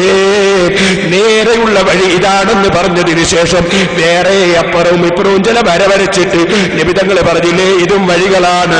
ആ ഓരോ വഴിയിലും ഓരോ ശൈത്താനുണ്ട് കേട്ടോ, നിങ്ങളെ വഴിതെറ്റിക്കാൻ ശൈത്താനുണ്ട് കേട്ടോ എന്ന് അല്ലാഹുവിന്റെ റസൂല് സ്വല്ലല്ലാഹു അലൈഹി വസല്ലം പറഞ്ഞില്ലേ. അതുകൊണ്ട് തന്നെ ബാപ്പയുടെയും ഉമ്മയുടെയും പേരിൽ കൊടുക്കുന്ന സദഖ, ബാപ്പയുടെയും ഉമ്മയുടെയും പേരിൽ നടത്തുന്ന ധർമ്മം, ബാപ്പയുടെയും ഉമ്മയുടെയും പേരിൽ ഓതുന്ന ഖുർആനോത്ത്, ബാപ്പയുടെയും ഉമ്മയുടെയും പേരിൽ നടത്തുന്ന ദുആ, ബാപ്പയുടെയും ഉമ്മയുടെയും പേരിൽ നടത്തുന്ന ദിക്ർ, അത് നിർത്തിയിട്ട് മുസ്ലിം ലോകത്തിന്റെ ഇജ്മാഇനെതിരെ, മുസ്ലിം ലോകത്തിന് തർക്കമില്ലാത്ത നിയമത്തിനെതിരെ മുസ്ലിമീങ്ങളായ ചെറുപ്പക്കാരെ നിങ്ങൾ വഴിപിഴച്ചു പോകരുത് കേട്ടോ. ആഖിറത്തിൽ നിന്ന് കൈകടിച്ചതുകൊണ്ട് പ്രയോജനമില്ല. ഖുർആൻ പറയുന്നു മാതാപിതാക്കൾക്ക് വേണ്ടി നിങ്ങൾ കാരുണ്യത്തിന് പ്രാർത്ഥിക്കുകയും. വെറും പ്രാർത്ഥന മാത്രമാണോ? ഉമ്മന്റെ പേരിൽ സഹാബത്ത് ധർമ്മം ചെയ്തത് സഹീഹുൽ ബുഖാരിയിലില്ലേ? അതുപോലെ ഉമ്മന്റെ പേരിൽ കിണർ ഒഴിച്ചു കൊടുത്തത് ഹദീസിന്റെ ഗ്രന്ഥങ്ങളിലില്ലേ? ബാപ്പന്റെ പേരിൽ സദഖ ചെയ്തിട്ടില്ലേ?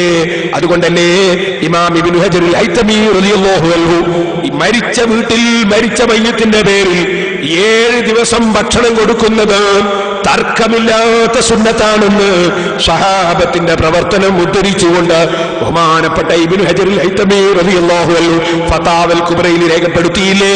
ഇമാം സുയൂത്തി റളിയല്ലാഹു അൻഹു അവിടുത്തെ അൽ ഹബീലിൽ ഫതാവ എന്ന കിതാബില് സഹാബത്തിന്റെ കാലം മുതൽക്ക് എന്റെ ഈ കാലം വരെ 900ഓളം കൊല്ലമായി മക്കയിലും മദീനയിലും തുടർന്നു വരുന്ന സുന്നത്താണ് 7 ദിവസം മരിച്ച മയ്യത്തിന്റെ പേരിൽ ഭക്ഷണം കൊടുക്കുന്ന സുന്നത്തെന്ന് ഇമാം സുയൂത്തി റളിയല്ലാഹു അൻഹു ഹദീസ് ഉദ്ധരിച്ചുകൊണ്ട് രേഖപ്പെടുത്തിയില്ലേ? മരിച്ച വീട്ടിൽ നിന്ന് കുറച്ച് ഭക്ഷണം കൊടുക്കുമ്പോ അത് പാടില്ല എന്ന് വാദിക്കുന്നവര് സഹാബത്തിന്റെ വിരോധികളല്ലേ, ഇമാമിങ്ങളെ തള്ളിയവരല്ലേ, കിതാബുകൾ ദുർവ്യാഖ്യാനം ചെയ്യുന്നവരല്ലേ? അതിനെക്കുറിച്ച് വിശദമായി ഇപ്പോൾ ഞാൻ പറയുന്നില്ല. നിങ്ങളെയൊക്കെ ഞാൻ ക്ഷണിക്കുന്നു. ഈ വരുന്ന 1-ാം തീയതി പെരിങ്ങത്തൂരിൽ വെച്ച് ഇൻഷാ അല്ലാഹ് ഇത്തരം കാര്യങ്ങൾ പ്രസംഗിച്ചവരുടെ പ്രസംഗം സിഡിയിൽ കാണിച്ച് അതേ സ്ക്രീനിൽ വെച്ച് കാണിച്ചുകൊണ്ട് തന്നെ ഞാൻ അവിടെ മറുപടി പറയുന്നുണ്ട്. അപ്പോൾ വിശദമായി നിങ്ങൾക്ക് കേൾക്കാം. അതുപോലെ കുറ്റ്യാടിയിലെ പ്രസംഗത്തിലും കേൾക്കാം. ഞാനിവിടെ ഒരു സൂചന മാത്രം വിഷയം വന്നതുകൊണ്ട് ഓർമ്മപ്പെടുത്തിയതാണ്. സഹോദരന്മാരെ, നിങ്ങൾ ഓർക്കണം, മാതാപിതാക്കളോടുള്ള കടമ മരിച്ചാലും തീരുന്നതല്ല. ഇനി നിങ്ങൾ നോക്കൂ, ഖുർആൻ പറയുന്ന മറ്റു ചില ഉപദേശം. റബ്ബുക്കും അഅലമു ബിമാ ഫീ നുഫൂസിക്കും ഇൻ തകൂനൂ സാലിഹീന ഫഇന്നഹു കാന ലിൽഅവ്വാബീന ഗഫൂറാ. നിങ്ങളുടെ മനസ്സിലുള്ളത് നന്നായി അറിയുന്നവനാണ് അല്ലാഹു തആല. നിങ്ങൾ നല്ലവരാണെങ്കിൽ അല്ലാഹുവിലേക്ക് മടങ്ങുന്നവർക്ക് ധാരാളം പുറത്തു കൊടുക്കുന്നവനാണ് അല്ലാഹു തആല. ഇത് പറഞ്ഞിട്ട് ഖുർആൻ പറയുന്നു ബാപ്പനെയും ഉമ്മനെയും മാത്രം നോക്കിയാൽ മതിയോ? പോരാ. വആതിദൽ ഖുർബാ ഹഖ്ഖഹ്, കുടുംബങ്ങൾക്ക് കുടുംബത്തിന്റെ അവകാശം കൊടുത്തോളണം. കുടുംബത്തിന്റെ അവകാശമാണ് കുടുംബബന്ധം ചേർക്കുക എന്നത്. കുടുംബബന്ധം മുറിക്കാൻ പാടില്ല. കുടുംബങ്ങൾക്ക് നന്മ ചെയ്യണം. നീ വലിയ പണക്കാരനായിട്ട് വലിയ സ്വത്തുക്കാരനായിട്ട് ധാരാളം സമ്പാദിച്ചു കൊണ്ടുവരുമ്പോ നിന്റെ പെങ്ങളില്ലേ, നിന്റെ പെങ്ങളെ മക്കളില്ലേ, നിന്റെ ജേഷ്ഠാനുജന്മാരില്ലേ, നിന്റെ ബാപ്പന്റെ ജേഷ്ഠാനുജന്മാരില്ലേ, നിന്റെ ഉമ്മന്റെ ജേഷ്ഠാനുജത്തിമാരില്ലേ, അത്തരത്തിലുള്ള നിന്റെ കുടുംബങ്ങൾ പാവപ്പെട്ടവരില്ലേ, അവരെ വീട്ടിലതാ പെൺകുട്ടികൾ അടുക്കള നിറഞ്ഞു കിടക്കുന്നു. സാമ്പത്തിക ശേഷിയില്ല, അവർക്കൊരു വീടുണ്ടാക്കാനുള്ള കഴിവില്ല, അറയുണ്ടാക്കാനുള്ള കഴിവില്ല. അതിന്റെ പേരിൽ അവർ പ്രയാസപ്പെടുമ്പോ നീ വലിയ പണക്കാരനായിട്ട് മാളിക പണിതാ മതിയോ? നീ വലിയ വാഹനത്തിൽ യാത്ര ചെയ്താ മതിയോ? മോനെ, നീ കുടുംബത്തിന്റെ അവകാശം കൊടുത്തോളണം. അതാണ് സിറാത്തുൽ മുസ്തഖീം, നേരെയുള്ള വഴി ഖുർആൻ പഠിപ്പിക്കുകയാണ്.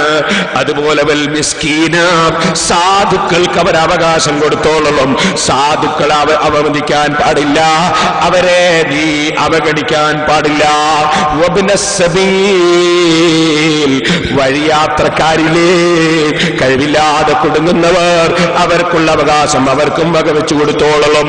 ഇത് പറഞ്ഞ ഉടനെ ഖുർആൻ പറയുന്നു, ചെലവഴിക്കുന്ന സ്ഥലത്തൊരു കാര്യം ശ്രദ്ധിക്കണം കേട്ടോ. വലാ തുബദ്ദിർ തബ്ദീറാ, നീ അനാവശ്യം ചെലവഴിക്കരുത്, നീ ദൂർത്തടിക്കരുത്.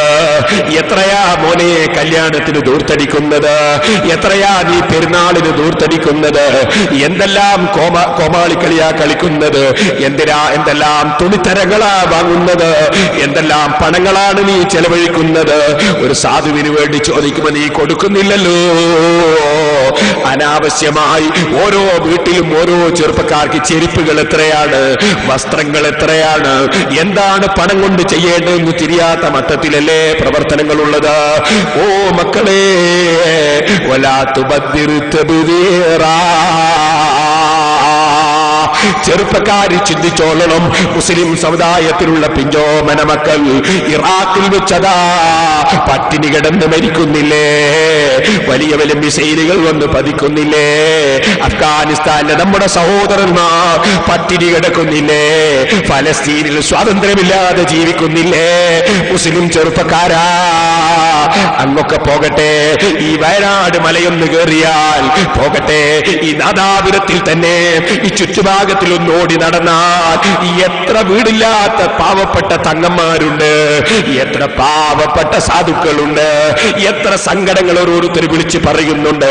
ഓ മുതലാളിമാരെ, പാവപ്പെട്ടൊരു അവകാശം കൊടുക്കണ്ടേ?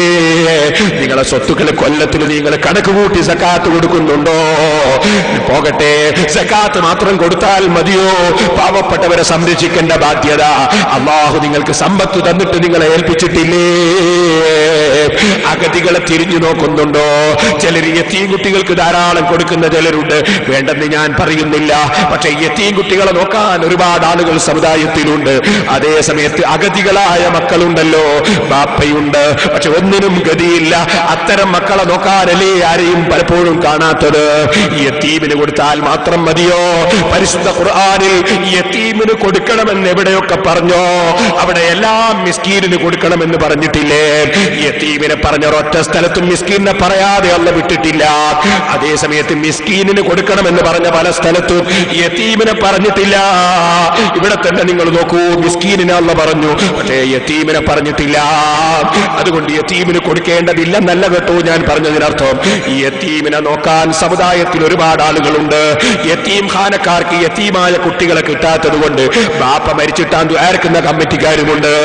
ആ രൂപത്തിലല്ലേ യതീം ഖാനകൾ നാട് നിറയെ കിടക്കുന്നത്.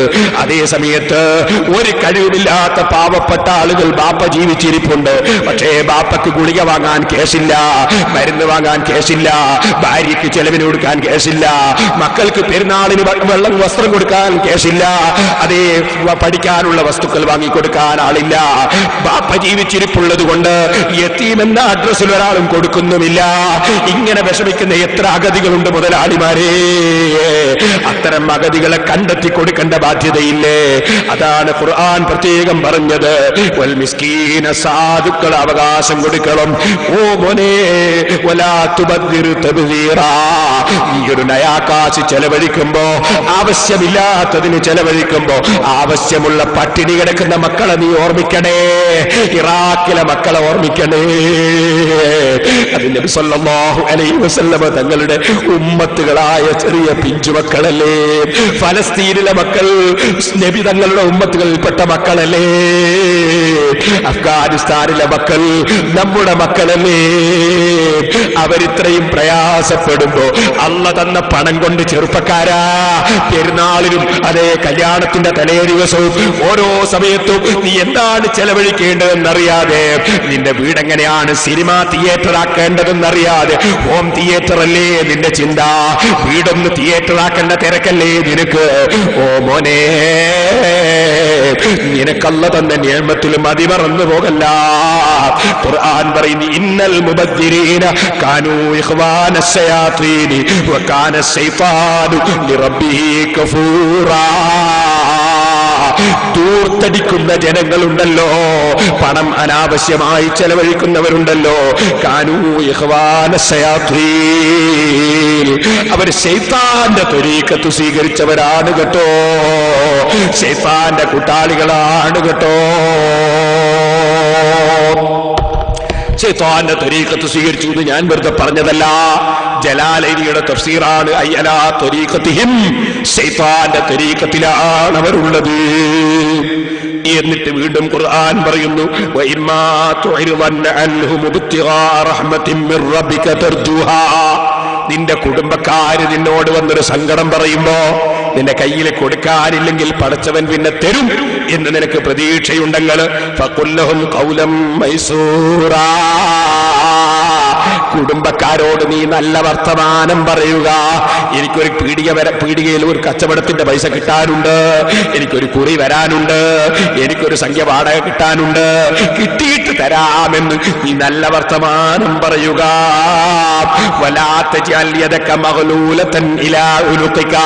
നിന്റെ കൈ കൊടുക്കാതെ നിന്റെ കയ്യതാ നീ നിന്റെ പെരടിയിലേക്ക് വെച്ച് കൂട്ടിക്കെട്ടിയവനാകല്ല. ഉള്ളത് മുഴുവനും കൊടുത്തു തീർക്കുന്നവരും ആകല്ല.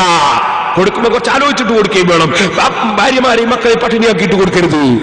മറിച്ച് കൊടുക്കുമ്പോൾ അവിടെയും മിതത്വവും ഉണ്ടാകണം.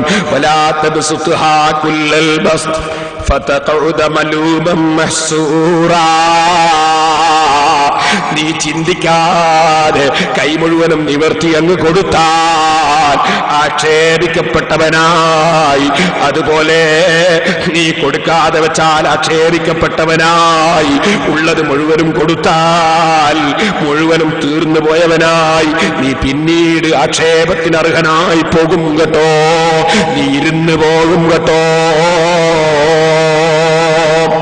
ഖുർആൻ ഓരോ നിർദ്ദേശങ്ങളും നൽകുകയാണ്. എന്നിട്ട് ഖുർആൻ പറയുന്നു, ഇന്നല്ലാഹ യബ്സുത്തു റിസ്ഖ ലിമൻ യശാഉ വയഖ്ദിർ. വിശാലമായി കൊടുക്കുന്നവൻ അല്ലാഹുവാ, ഇടുക്കം കൊടുക്കുന്നവനും അല്ലാഹുവാ. ഇന്നഹു കാന ബിഇബാദിഹി ഖബീറൻ ബസീറാ. അവന്റെ അടിമകളെ കുറിച്ച് വിവരമുള്ളവരും കാണുന്നവരും അല്ലാഹു അല്ലേ. ചിലപ്പോൾ ഒരാൾക്ക് പണം കിട്ടിയില്ല, ഒരുത്തര് തോന്നാണ് എന്റെ ജ്യേഷ്ഠൻ വലിയ പണക്കാരനാണല്ലോ, അല്ലെ എന്റെ അനുജൻ വലിയ പൈസക്കാരനാണല്ലോ, ഞാൻ എങ്ങനെയായി പോയത്? മോനെ, ആർക്കാണ് പണം വേണ്ടതെന്ന് നിനക്കറിയോ? അത് അല്ലാഹുവല്ലേ അറിയുള്ളൂ. നിനക്ക് പണം തന്നാൽ ഒരു പക്ഷേ നീ ആ പണം കൊണ്ട് നരകത്തിലേക്കായിരിക്കും നിന്റെ പോക്ക്. അതുകൊണ്ടായിരിക്കും നിനക്ക് തരാതിരുന്നത്. മറ്റവന് കൊടുത്താൽ ഒരു പക്ഷേ അല്ലാഹുവിന്റെ സ്വർഗത്തിന് വേണ്ടിയാണോ പഠിച്ചത് എങ്കിൽ അവൻ നിനക്ക് വേണ്ടി ചെലവഴിക്കുന്നവനായിരിക്കും, അല്ലെങ്കിൽ നല്ലതിന് ചെലവഴിക്കുന്നവനായിരിക്കും. എന്തുകൊണ്ടല്ലോ തന്നില്ല അത് നമുക്കറിയില്ലല്ലോ. അത് ഞാൻ എന്റെ ചെറുപ്പക്കാരോട് പ്രത്യേകം പറയും. മക്കളില്ലാത്ത പലരും ദുആ ചെയ്യാൻ പറയുന്നവരുണ്ട്. അല്ലാഹുവിற்கு ഖൈറായ മക്കളെ നൽകുമാറാകട്ടെ. ഇന്ന് എന്റെ അടുക്കൽ 2 വളയും വേറെ കുറച്ച് സ്വർണവും കൊണ്ട് കല്ലിക്കണ്ടിയിലുള്ള ഒരു ചെറുപ്പക്കാരൻ വന്നു. 12 കൊല്ലമായി കുട്ടിയില്ലായിരുന്നു. അൽഹംദുലില്ലാ, നേരത്തെ നേർച്ച ചെയ്തു, കുട്ടി ഉണ്ടായിരുന്നു, കുട്ടീനെ എടുത്തു വന്നു. ഞാൻ പറഞ്ഞു വരുന്നത്, കുട്ടി ഉണ്ടാവുക എന്നതൊരു അനുഗ്രഹമാണ്.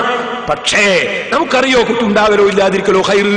അതുകൊണ്ട് ഒരാൾക്ക് കുട്ടി ഉണ്ടായില്ലെങ്കിൽ അയാൾ ഓർക്കണം, എനിക്ക് ഖൈറ് പക്ഷേ കുട്ടി ഇല്ലാതിരിക്കുന്നതാകാം. അല്ലാഹുവിനല്ലേ അതറിയൂ. അതുകൊണ്ട് ടെൻഷൻ കൊടുക്കേണ്ടതില്ല, അതിന്റെ പേരിൽ നീ മനസ്സ് മുഷിയേണ്ടതില്ല. ഒരാളും മക്കളില്ലാത്തവരെ പരിഹസിക്കാനും പാടില്ല, അവരെ സ്വീപ്പാക്കാൻ പാടില്ല, തമാശക്കും സ്വീപ്പാക്കാൻ പാടില്ല. തമാശക്കാൻ തന്നെ കുത്തിയാ വേദനയാവൂലേ, തമാശക്കാൻ തന്നെ അടിച്ചാ വേദനയാവൂലേ? അതുപോലെ മക്കളില്ലാത്തവർ ചില ആളുകൾ തമാശക്ക് സ്വീപ്പാക്കും. എടാ ഇനി കുട്ടികളില്ലടാ, നീ കുടുക്ക മുളഞ്ഞ പോലെ ഉണ്ടാവും എന്നൊക്കെ പറയും ചില ആളുകൾ. അങ്ങനെ പറഞ്ഞാൽ നീ പടച്ചവന്റെ കുറ്റക്കാരനാണ്. അവന്റെ മനസ്സിന്റെ വേദന ചെറുതല്ല, നീ അതറിയുന്നില്ല. ആ വേദന അറിയണേ നിനക്ക് മക്കളില്ലാതിരിക്കണം. നീ എന്തിനാ അവനെ പരിഹസിക്കാൻ പോയി? അല്ലാഹുവിനല്ലേ അറിയൂ ആർക്കാണ് കുട്ടി ഉണ്ടാകുന്നത്, ഖൈർ ആർക്കാണ് അറിയാത്തത്. ഈ കല്ലാച്ചിയിൽ ഉണ്ടായിരുന്നില്ല ഒരു ഹമീദ്, അങ്ങനത്തെ കുട്ടിയാണ് ഇല്ലാതിരിക്കുന്നതല്ലേ ഖൈർ? ഓ സഹോദരന്മാരെ, ഖൈറും ശർറും ആർക്കറിയാം? അതുകൊണ്ട് തന്നെ ഞാൻ നിങ്ങളോട് പറയുന്നു, പടച്ചവനതാ പറയുന്നത്, ഇന്നഹു കാന ബിഇബാദിഹി ഖബീറൻ ബസീറാ. അറിയുന്നവൻ അല്ലാഹുവാണ്, കാണുന്നവൻ അല്ലയാണ്. വലാ തഖ്തുലു ഔലാദകും ഖശിയത ഇംലാഖ്. നിങ്ങൾ ദാരിദ്ര്യം ഭയന്നിട്ട് നിങ്ങളെ മക്കളെ കൊല്ലരുത് കേട്ടോ. സുബ്ഹാനല്ലാഹ്, മക്കളെ കൊല്ലുന്ന പരിപാടി ഇപ്പോഴുമില്ലേ? നബി സല്ലല്ലാഹു അലൈഹി വസല്ലം തങ്ങളെ കാലത്ത് കൊന്നത് പ്രസവിക്കപ്പെട്ട മക്കളെയാണെങ്കിൽ ഇപ്പൊ വയറ്റിൽ വെച്ച് മക്കളെ കൊല്ലുന്ന ഉമ്മമാരില്ലേ, ഭാര്യമാരില്ലേ, ഭർത്താക്കന്മാരില്ലേ? അല്ലാഹുവിന്റെ മേലെ തവക്കുലാക്കാതെ, പടച്ചവനാണ് കൊടുക്കുന്നവനെന്ന് ചിന്തിക്കാതെ ഗർഭത്തിലുള്ള കുട്ടികളെ കൊന്നുകളയുന്ന എത്ര മനുഷ്യന്മാരാണ്. എടോ, നീ അല്ലാഹുവിനുള്ള വിശ്വാസം കളഞ്ഞു കുളിച്ചോ? നിന്റെ തവക്കുൽ ഇവിടെ പോയി. നിങ്ങളെ മക്കളെ നിങ്ങൾ കൊന്നുകളയല്ല കേട്ടോ, ദാരിദ്ര്യം ഭയന്ന് കൊന്നുകളയല്ല. ഖുർആൻ പ്രത്യേകം പറയുന്നു, നഹ്നു നർസുഖുഹും, അവർക്ക് ഭക്ഷണം കൊടുക്കുന്നത് നമ്മളാണ്. വയ്യാക്കും, നിങ്ങൾക്ക് ഭക്ഷണം കൊടുക്കുന്നതും അള്ളയാണ്. ഇന്ന ഖത്ലഹും കാന ഖിത്അൻ കബീറാ, മക്കളെ കൊല്ലുന്നത് വല്ലാത്ത തെറ്റാണ് കേട്ടോ. എന്നിട്ട് ചെറുപ്പക്കാരെ, സഹോദരിമാരെ, ഖുർആൻ നേരെയുള്ള വഴിയിൽ നടക്കാൻ വേണ്ടിയുള്ള ഉപദേശം നൽകുകയാണ്. വലാ തഖ്റബുസ്സിനാ, നിങ്ങൾ വ്യഭിചാരം കൊള്ള അടുക്കല്ലേ. വ്യഭിചരിക്കല്ലേ എന്ന് പറയുന്നതിന് പകരം വ്യഭിചാരം കൊള്ള അടുക്കല്ലേ. എന്തൊരു ഗൗരവമുള്ള വാക്കാണ്. ഒരു പെണ്ണിനെ ഒരാൾ വ്യഭിചരിക്കുന്നത് എപ്പോഴാ? ആ പെണ്ണിനെ സ്നേഹിക്കുമ്പോഴല്ലേ. സ്നേഹമുണ്ടാകുന്നത് എപ്പോഴാ? ആ പെണ്ണിനെ കാണുമ്പോഴല്ലേ. പ്രേമം വന്നു ചേരുന്നത് കാഴ്ചയിലൂടെയല്ലേ. അതുകൊണ്ട് തന്നെയല്ലേ അന്യ പെണ്ണിന്റെ മുഖത്തേക്ക് നോക്കരുതെന്ന് ഖുർആൻ ഹദീസും പഠിപ്പിച്ചത്. അതുകൊണ്ട് തന്നെ ഖുർആൻ പറയുന്ന ഭാഷ വലാ തഖ്റബുസ്സിനാ, വ്യഭിചാരത്തിലേക്ക് അടുക്കല്ല കേട്ടോ. ഇന്നഹു കാന ഫാഹിശതൻ വസാഅ സബീലാ, അത് വളരെ മ്ലേച്ഛമാണ്, വഷളാണ്, വളരെ ചീത്തയായ മാർഗമാണ്, വളരെ മാലിന്യമാണ്. വ്യഭിചാരത്തിലേക്ക് അടുക്കല്ല കേട്ടോ. ഫാത്തിഹോദി നിസ്കരിച്ചാ മതിയോ ഉമ്മമാരെ? ഫാത്തിഹോദി നിസ്കരിച്ചാ മതിയോ ചെറുപ്പക്കാരികളെ? ഫാത്തിഹോദി നിസ്കരിച്ചാ മതിയോ മുസ്ലിമീങ്ങളെ? അല്ലാഹുവിന്റെ ഖുർആനിന്റെ നിർദ്ദേശങ്ങൾ നേരായ വഴിയിൽ നടക്കാൻ വേണ്ടി പടച്ചവനോട് പ്രാർത്ഥിക്കുന്ന നമ്മൾ ആ നേരായ വഴി ഖുർആൻ പഠിപ്പിച്ചു തന്നത് ജീവിതത്തിൽ പകർത്താനും തയ്യാറാകണ്ടയോ? ഖുർആൻ വീണ്ടും പറയുന്നു, വലാ തഖ്തുലുൻ നഫ്സല്ലതി ഹറമല്ലാഹു ഇല്ലാ ബിൽ ഹഖ്. ഓ മനുഷ്യന്മാരെ, നിങ്ങൾ അവകാശമില്ലാതെ ഒരു ശരീരത്തെയും കൊല്ലല്ല കേട്ടോ. ഒരു മനുഷ്യൻ വേറെ ഒരു നിരപരാധിയെ കൊന്നാൽ ഇസ്ലാമിക കോടതിയും ജഡ്ജിയും ഭരണവുമുള്ള രാജ്യത്ത് ആ ഭരണാധികാരിയുടെ മുമ്പിൽ വിചാരണ നടന്നിട്ട് അദ്ദേഹം കൊന്നു എന്നത് തെളിഞ്ഞാൽ പകരം കൊല്ലാൻ വിധിക്കാറുണ്ടല്ലോ. അതുപോലെ അതേ വിവാഹം കഴിച്ചതിന് ശേഷം ഭാര്യയും ഭർത്താവും തമ്മിൽ ബന്ധപ്പെടാനുള്ള അവസരം ലഭിച്ചതിന് ശേഷം അതേ സഹോദരന്മാരെ, വ്യഭിചാരം നടത്തിയവരെ എറിഞ്ഞുകൊല്ലാൻ നിർദ്ദേശമുണ്ടല്ലോ. അതിന് വ്യക്തമായ തെളിവ് കിട്ടണം. പക്ഷെ അങ്ങനെ ഒരു തെളിവ് കിട്ടാനുള്ള വകുപ്പില്ലെന്ന് ഇമാം ഗസാലി റഹിമഹുല്ലാഹ് പറയുന്നു. കാരണം നാലാള് കണ്ടിരിക്കണം. അതെങ്ങനെ കാണണം? സുർമക്കോലും കുപ്പിയും പോലെ കാണണം, ബക്കറ്റും കയറും കിണറ്റിലിറങ്ങും പോലെ കാണണം. അങ്ങനെ ഒരു നാലാള് കണ്ടുകൊണ്ടൊരു വ്യഭിചാരം നടക്കുകയില്ലല്ലോ. അതുകൊണ്ട് തന്നെ സാക്ഷി വിസ്താരത്തിലൂടെ എറിഞ്ഞുകൊല്ലാൻ പറ്റുന്ന ഒരു നിയമം ഉണ്ടെങ്കിലും അക്കാര്യം നടപ്പാകാൻ പോകുന്നില്ല. അങ്ങനെയുള്ള ഒരു നിയമമാണത്. നാലാൾ ആ രൂപത്തിൽ കാണുകയില്ലല്ലോ. അഥവാ ഒരു മനുഷ്യൻ കണ്ടാലോ, കണ്ടവൻ പറഞ്ഞാൽ അത് ഹറാമാണ്, പറഞ്ഞാൽ അവന് 80 അടിയാണ് ശിക്ഷ. രണ്ടാള് പറഞ്ഞാൽ 2 80 അടിയാണ് ശിക്ഷ. 3 ആള് പറഞ്ഞാൽ 3 80 അടിയാണ് ശിക്ഷ. അങ്ങനെ 8 3 24 240 അടിയാണ് ശിക്ഷ. എന്നാൽ 4 ആള് കണ്ടെങ്കിലേ പറയാൻ പറ്റൂ. ഈ 4 ആള് ഞാൻ പറഞ്ഞതുപോലെ സുർമക്കോലും കുപ്പിയും പോലെ കാണണം. അങ്ങനെ കാണുന്ന നിലക്കാരെങ്കിലും വ്യഭിചരിക്കുമോ? അതുകൊണ്ട് തന്നെ സാക്ഷി വിസ്താരത്തിലൂടെ എറിഞ്ഞുകൊല്ലുക എന്നത് നടപ്പാക്കാനുള്ള ഒരു നിയമം ആയിട്ട് പ്രായോഗിക രംഗത്തെത്തുകയില്ലെന്ന് ഇമാം ഗസാലി റഹിമഹുല്ലാഹ് പറയുന്നു. അതേ സമയത്ത് നബി സല്ലല്ലാഹു അലൈഹി വസല്ലം തങ്ങളുടെ കാലത്ത് വ്യഭിചാരം ചെയ്തു പോയവരെ എറിഞ്ഞു കൊന്നിട്ടുണ്ട്. അത് സാക്ഷി വിസ്താരത്തിലൂടെ തെളിഞ്ഞിട്ടല്ല, സ്വന്തം തന്നെ സമ്മതിച്ചിട്ടാണ്. സ്വന്തം തന്നെ സമ്മതിച്ചാൽ മാത്രമേ എറിഞ്ഞു കൊല്ലുക എന്ന ശിക്ഷ ഇസ്ലാമിന് നടപ്പാവുകയുള്ളൂ എന്നാണ് ഞാൻ പറഞ്ഞതിന്റെ താല്പര്യം. അതാണ് ഇമാം ഗസാലി റഹിമഹുല്ലാഹ് പറഞ്ഞതിന്റെയും താല്പര്യം. ഇരിക്കട്ടെ, ഞാൻ പറഞ്ഞു വന്നത് ആ വ്യഭിചാര കുറ്റം കണ്ടാൽ തന്നെ പറയരുതെന്ന് പറഞ്ഞത് എന്തിനാണ്? അത്രയും വലിയ തെറ്റായത് കൊണ്ട് തന്നെ. അത് നമ്മുടെ നാവിലൂടെ പറയേണ്ട ഒരു കാര്യമല്ല, അത് പറഞ്ഞ് പ്രചരിപ്പിക്കേണ്ട കാര്യമല്ല.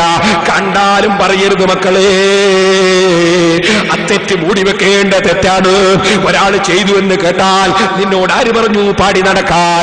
മറിച്ച് അവനെ വിളിച്ച് സ്വകാര്യത്തിൽ ഒരു ഉപദേശം നൽകുക. ഇനി ഒരു കാര്യം കൂടി ഞാൻ പറയട്ടെ. ഒരു ഭാര്യ വ്യഭിചരിച്ചു എന്ന് നബി സല്ലല്ലാഹു അലൈഹി വസല്ലം തങ്ങളെടുക്കൽ വന്ന് ഒരു സഹാബി പറയുന്നു, നബിയേ, എന്റെ ഭാര്യയുടെ സ്വഭാവം ആര് വന്ന് വിളിച്ചാലും പോകുന്ന സ്വഭാവമാണ്. തൊടുന്നവരെ കൈ മടക്കൂല. അങ്ങനത്തെ ഒരു പെണ്ണാണ്. അവളെ തലാഖ് ചൊല്ലിക്കള. കാണുന്നവന്റെ ഒക്കെ പിന്നാലെ പോലെ വെച്ച് കൂടിയിട്ടുണ്ട തലാഖ് ചൊല്ലിക്കള. ആ സമയത്ത് ഇദ്ദേഹം പറയുന്നു, ഇന്നി ഉഹിബ്ബുഹാ, നബിയെ, ആ ഭാര്യയോട് എനിക്ക് സ്നേഹമാണ് താനും, എനിക്കവളോട് മനസ്സിന്റെ ഉള്ളിൽ സ്നേഹാണ്. അള്ളാഹുവിന്റെ റസൂല് പറയുന്നു, എന്നാൽ നീ തലാക്ക് ചൊല്ലണ്ട, നിന്റെ ഭാര്യയായി തന്നെ നിർത്തിക്കോ. റഹ്മത്തുല്ലിൽ ആലമീൻ നബി സല്ലല്ലാഹു അലൈഹി വസല്ലം എന്തിനാണിത് പറഞ്ഞത്? ഇപ്പോൾ അവൾ വ്യഭിചരിക്കുന്നത് വേറെ കുറെ പുരുഷന്മാരെ കൂടെയാണ്. ഇവന് മനസ്സിന്റെ ഉള്ളിൽ താല്പര്യമുള്ളതോടുകൂടെ തലാക്ക് ചൊല്ലിയാൽ ഇവനും പിന്നെ വ്യഭിചരിക്കാനാണ് പോവുക.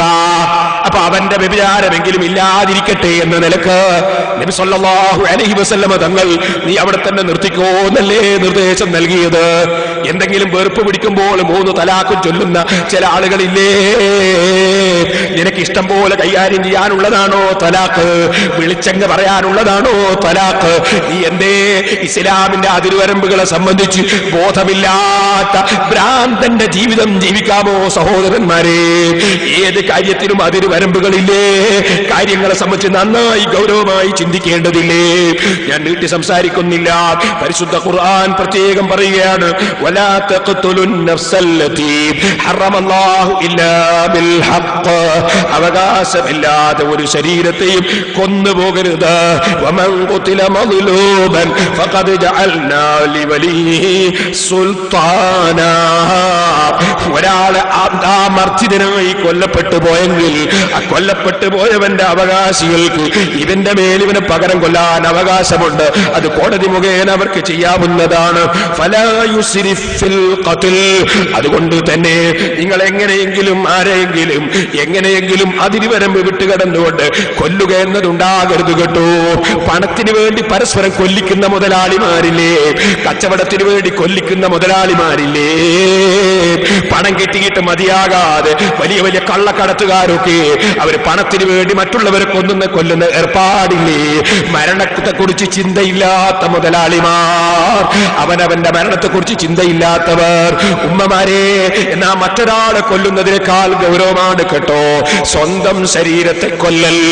ആത്മഹത്യ ചെയ്യുക എന്നൊരു ഏർപ്പാടില്ലേ? ഞാനങ്ങ് കിണറ്റി തുള്ളിക്കളിയും എന്ന് പറയുന്നവരില്ലേ? ഞാൻ എണ്ണ ഒഴിച്ച് തീ കൊടുക്കുമെന്ന് പറയുന്നവരില്ലേ? ഓ ഉമ്മമാരെ, നീ മരിക്കുന്നത് തന്നെ ഏറ്റവും വലിയ തെറ്റും ചെയ്തിട്ട് ഒരു തൗബയുമില്ലാത്ത നിലക്കാണ് നിന്റെ മരണമെങ്കിൽ കോടി കോടി കൊല്ലങ്ങള് നിനക്ക് നരകത്തിൽ വെച്ച് വെന്തുരുകാൻ നിനക്ക് ധൈര്യമുണ്ടോ? ഖബറിൽ വെച്ച് നിനക്ക് ധൈര്യമുണ്ടോ? മഹ്ശറിൽ ധൈര്യമുണ്ടോ? നീ ഏറ്റവും പിഴച്ചവരായി പോയില്ലേ? നബി സല്ലല്ലാഹു അലൈഹി വസല്ലം തങ്ങൾ സ്വന്തം ശരീരം ആത്മഹത്യ ചെയ്ത് മരിച്ച വ്യക്തിക്ക് മയ്യിത്ത് പോലും നിസ്കരിക്കാതെ മാറി നിന്നില്ലേ? അതുകൊണ്ട് തന്നെ ആത്മഹത്യ എന്ന വിഷയം അത് വളരെ ഗൗരവമുള്ളതാണെന്ന് എന്റെ ഉമ്മമാരെ, മുസ്ലിമീങ്ങളെ വളരെ ശ്രദ്ധിക്കണമെന്നിടക്ക് ഓർമ്മപ്പെടുത്തുകയാണ്. വലാ തഖ്റബൂ മാലൽ യതീം. നിങ്ങൾ അനാഥ മക്കളുടെ സ്വത്ത് കൊള്ള അടുക്കല്ല കേട്ടോ. അനാഥ മക്കളുടെ സ്വത്ത് കൈവശപ്പെടുത്തുന്നവരില്ലേ? സുബ്ഹാനല്ലാഹ്, പിരിവെടുത്തിട്ട് കൊടുക്കാത്തവരില്ലേ? അനാഥ മക്കളെ സ്വത്ത് കൊണ്ട് പലതും കൈകാര്യം ചെയ്യുന്നവരില്ലേ? നിങ്ങൾ അനാഥ മക്കളുടെ സ്വത്തിലേക്ക് അടുക്കല്ല കേട്ടോ. ഇല്ലാ ബില്ലതീ ഹിയ അസ്സൽ. നല്ല വിധത്തിൽ അനാഥകൾക്ക് ഗുണകരമാകുന്ന വിധത്തിലല്ലാതെ നിങ്ങൾ അനാഥ മക്കളെ സ്വത്ത് കൈകാര്യം ചെയ്യല്ല കേട്ടോ. ഹത്താ യബ്ലുഗ അശുദ്ധ. അനാഥ മക്കൾക്ക് പ്രായപൂർത്തി എത്തിയാൽ നിങ്ങൾ അതവർക്ക് കൊടുക്കുകയും വിട്ടുകയും വേണം. വൗഫൂ ബിൽ അഹ്ദി ഇന്നൽ അഹ്ദ കാന മസ്ഊലാ. കരാറുകൾ പാലിക്കണം മക്കളെ, ഉടമ്പടികൾ പാലിക്കണം മക്കളെ. ചെറുപ്പക്കാരെ, നീ പെട്ടെന്നൊരു ഭീകരവാദത്തിലേക്ക് അങ്ങ് പോയിക്കൂടാ. ഇന്ത്യ രാജ്യമുണ്ടല്ലോ, ഈ രാജ്യത്തുള്ള മുസ്ലിമീങ്ങളും ഹിന്ദുക്കളും ക്രിസ്ത്യാനികളും എല്ലാ മതക്കാരും ഇവിടെ ഒരുപോലെ സ്വതന്ത്രമായി ജീവിക്കുന്നില്ലേ? എല്ലാ കക്ഷികളും തമ്മിൽ ഒരു ഉടമ്പടിയില്ലേ? ആ ഉടമ്പടി എന്താണ്? ഇന്ത്യ രാജ്യത്തിന്റെ ഭരണഘടന അനുസരിച്ച് ഏത് മതക്കാരനും അവന്റെ മതമനുസരിച്ച് ജീവിക്കാം, പരസ്പരം ആക്രമിക്കരുത് എന്നല്ലേ നമ്മൾ തമ്മിലുള്ള കരാറ്. അതിവിടെയുള്ള ഹിന്ദുവും മുസ്ലിമും ക്രിസ്ത്യാനിയും മതമുള്ളവനും ഇല്ലാത്തവനും തമ്മിൽ ഇന്ത്യ രാജ്യത്തിന്റെ പ്രതിനിധികളായ മുസ്ലിം നേതാക്കളും ഹിന്ദു നേതാക്കളും അതുപോലെ ക്രിസ്തു നേതാക്കളും എല്ലാ നേതാക്കളും ഒത്തൊരുമിച്ചല്ലേ ഭരണഘടനയും അതുപോലെ ഇവിടുത്തെ വ്യവസ്ഥയും ഉണ്ടാക്കിയിട്ടുള്ളത്. അങ്ങനെ നമ്മൾ തമ്മിലൊരു കരാറുണ്ടല്ലോ. പരസ്പരം ആക്രമിക്കാൻ പാടില്ല, പരസ്പരം അവമതിക്കാൻ പാടില്ല, ഓരോ മതക്കാർക്കും അവരുടെ മതമനുസരിച്ച് ജീവിക്കാം. ഈ കരാറിൽ ലംഘിക്കാൻ പാടില്ലല്ലോ. അതുകൊണ്ട് തന്നെ നീ ഒരു ഒരു വർഗീയവാദിയാകാൻ പാടില്ല, ഈ ഒരു ഭീകരവാദിയായിട്ട് ബോംബ് നിർമ്മിക്കാൻ പാടില്ല, ഈ ഒരു ഭീകരവാദിയായിട്ട് നാട് ചുടാൻ പാടില്ല. നീ ഓർത്തോളം ഇതൊരു കരാറിന്റെ അടിസ്ഥാനത്തിലാണ് മുസ്ലിം ഉമ്മത്ത് ഈ രാജ്യത്ത് ജീവിച്ചുകൊണ്ടിരിക്കുന്നത്. ഈ കരാർ ലംഘിക്കുന്നത് തെറ്റായത് കൊണ്ട് തന്നെ ഭീകരവാദിയായി രംഗപ്രവേശം ചെയ്യുന്നത് ഇസ്ലാമിക ദൃഷ്ട്യാ തെറ്റാണ് കേട്ടോ. കരാറ് പാലിച്ചോളണം. അവിടെ ചിലപ്പോൾ വിവരമില്ലാത്ത ക്ലാസ് എടുക്കുന്നവർ ചോദിച്ചേക്കും, അങ്ങനെ കരാറ് മറ്റുള്ളവർ പാലിച്ചില്ലെങ്കിലോ?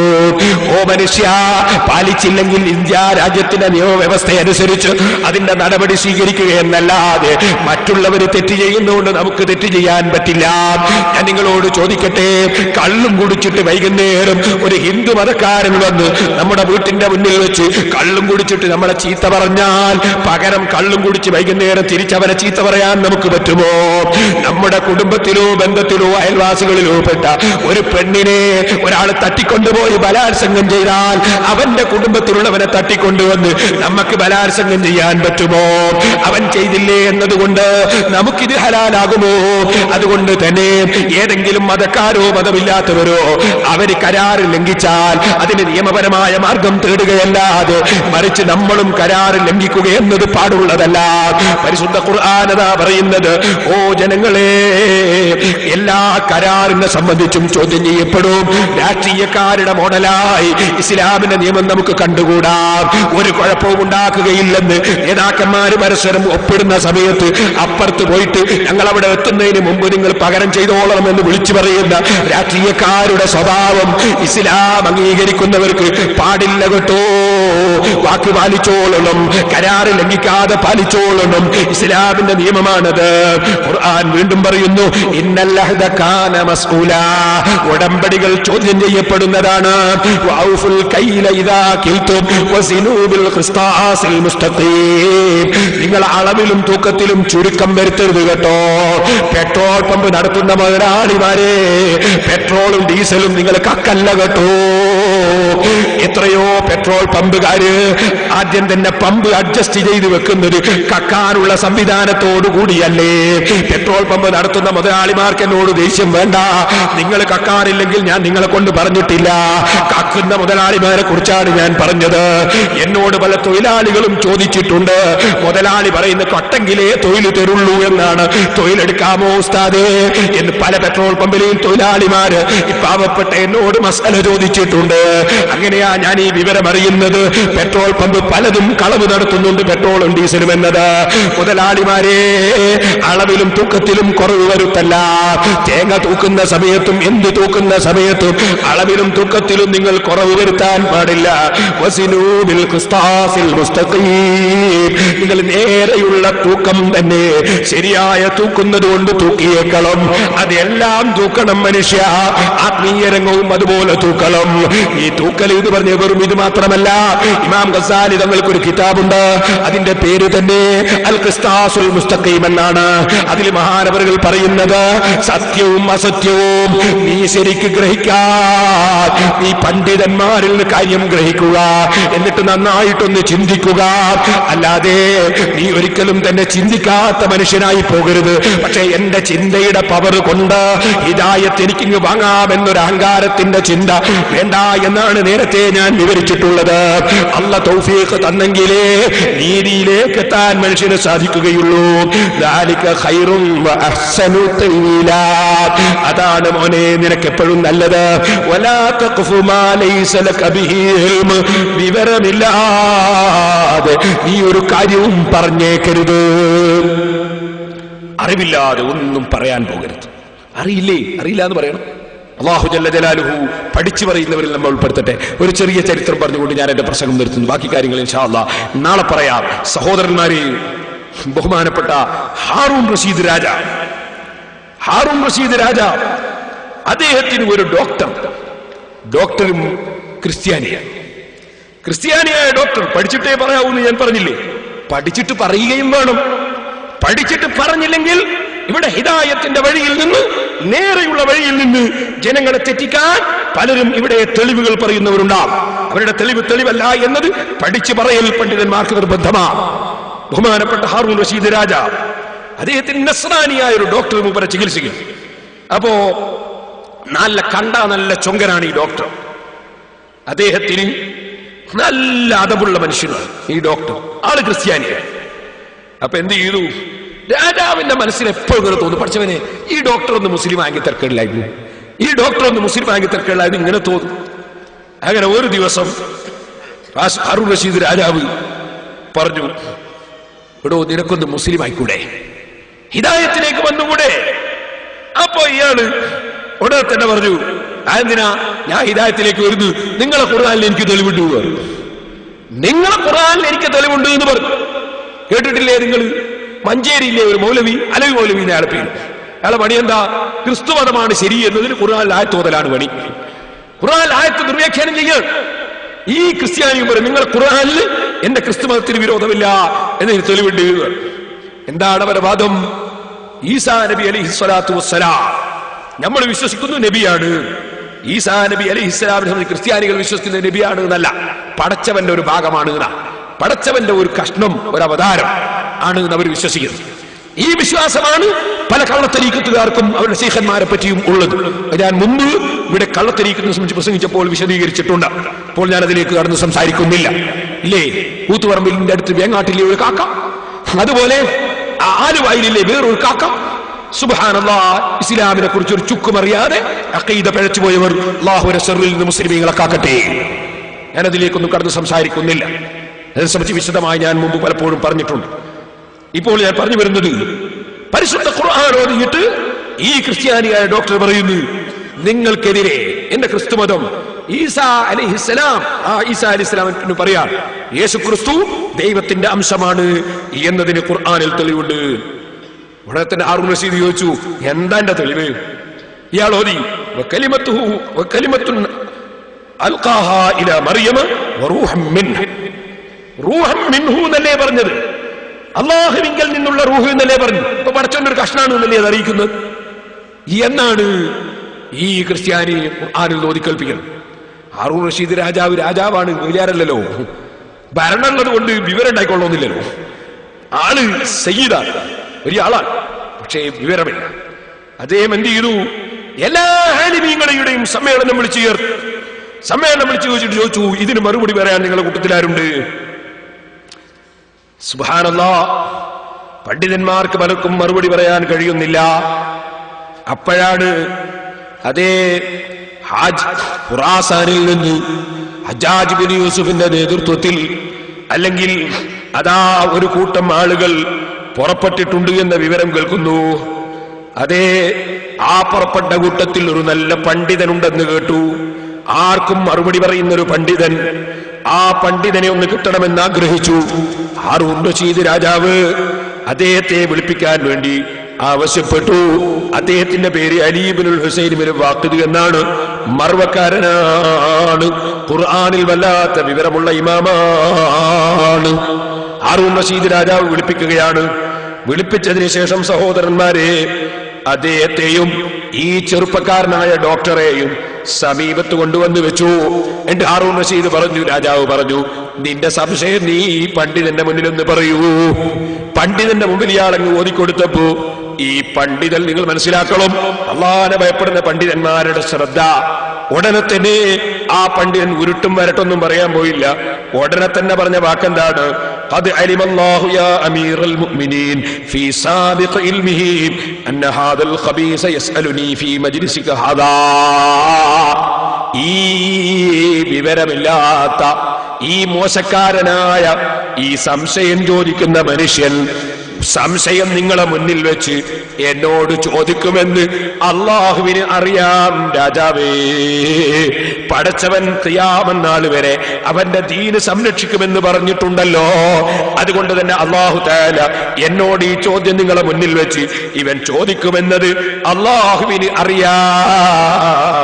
വഇന്നഹു ലമുഖ്ലു കിതാബഹു അൻ ജവാബിഹി. ഇതിന്റെ മറുപടി ഖുർആനിൽ ഇല്ലാതിരിക്കുകയില്ല. ഖുർആനിൽ ഇതിന്റെ മറുപടി ഉണ്ട്. പക്ഷേ വഇന്നഹു ലൈസ യഹ്ദുറുനിൽ ആൻ. ഇപ്പോൾ എനിക്കത് ഓർമ്മയില്ല. നമ്മളാണെങ്കിലോ, ഇവനാ എന്നെ പ്രസംഗിക്കാൻ വന്നത് ചോദിക്കൂലേ? ആ മഹാന്റെ മറുപടി ഇപ്പോൾ എനിക്ക് ഓർമ്മയില്ല.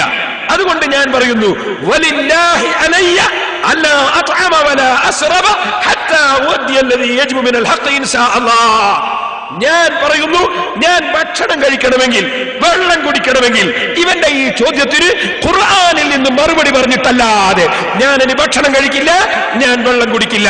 ഞാനത് കണ്ടുപിടിച്ചിട്ടേ ഞാൻ ഇനി അടങ്ങിയിരിക്കുകയുള്ളൂ. അദ്ദേഹം എന്ത് ചെയ്തു? ഉടനെ തന്നെ ഒരു റൂമിലങ്ങ് കയറി. ആ റൂമിൽ കയറിയിട്ട് വാതിലങ്ങ് അടച്ചു. വാതിലടച്ചിട്ട് അദ്ദേഹം ഇരുട്ടിലങ്ങിരുന്നു. ഖുർആൻ ആദ്യം മുതൽക്ക് ഇങ്ങനെ ഓതി. ഖുർആൻ ഇങ്ങനെ ഓതി ഓതി ഇങ്ങനെ വരുമ്പോ സൂറത്തുൽ ജാസിയയെത്തി. സൂറത്തുൽ ജാസിയയിലതാ കാണുന്നു വസഖറ ലക്കും മാ ഫിസ് സമാവാതി വമാ ഫിൽ അർളി ജമീഅൻ മിൻഹു. ഈ ആയത്തങ്ങ് കണ്ടപ്പോൾ ഈ പണ്ഡിതൻ വാതിൽ തുറക്കുന്നു, ഉറക്കെ ശബ്ദിച്ചുകൊണ്ട് ഇഫ്തഹുൽ ബാബ് ഇഫ്തഹുൽ ബാബ്, വാതിൽ തുറക്കൂ തുറക്കൂ, എനിക്ക് മറുപടി കിട്ടിപ്പോയി എന്ന് പറഞ്ഞ ആ പണ്ഡിതൻ ആവേശത്തോടെ ഇറങ്ങുകയാണ്. ഇറങ്ങിയതിന് ശേഷം ആ കുട്ടിയെ വിളിക്കുകയാണ്, ചോദ്യം ചോദിച്ച ഡോക്ടറെ വിളിക്കുകയാണ്. വിളിച്ചിട്ട് രാജാവിന്റെ മുന്നിൽ വെച്ച് ഈ ആയത്തങ്ങ് കൊടുക്കുകയാണ്. ആ ആയത്തിൽ എന്താ പറയുന്നത്?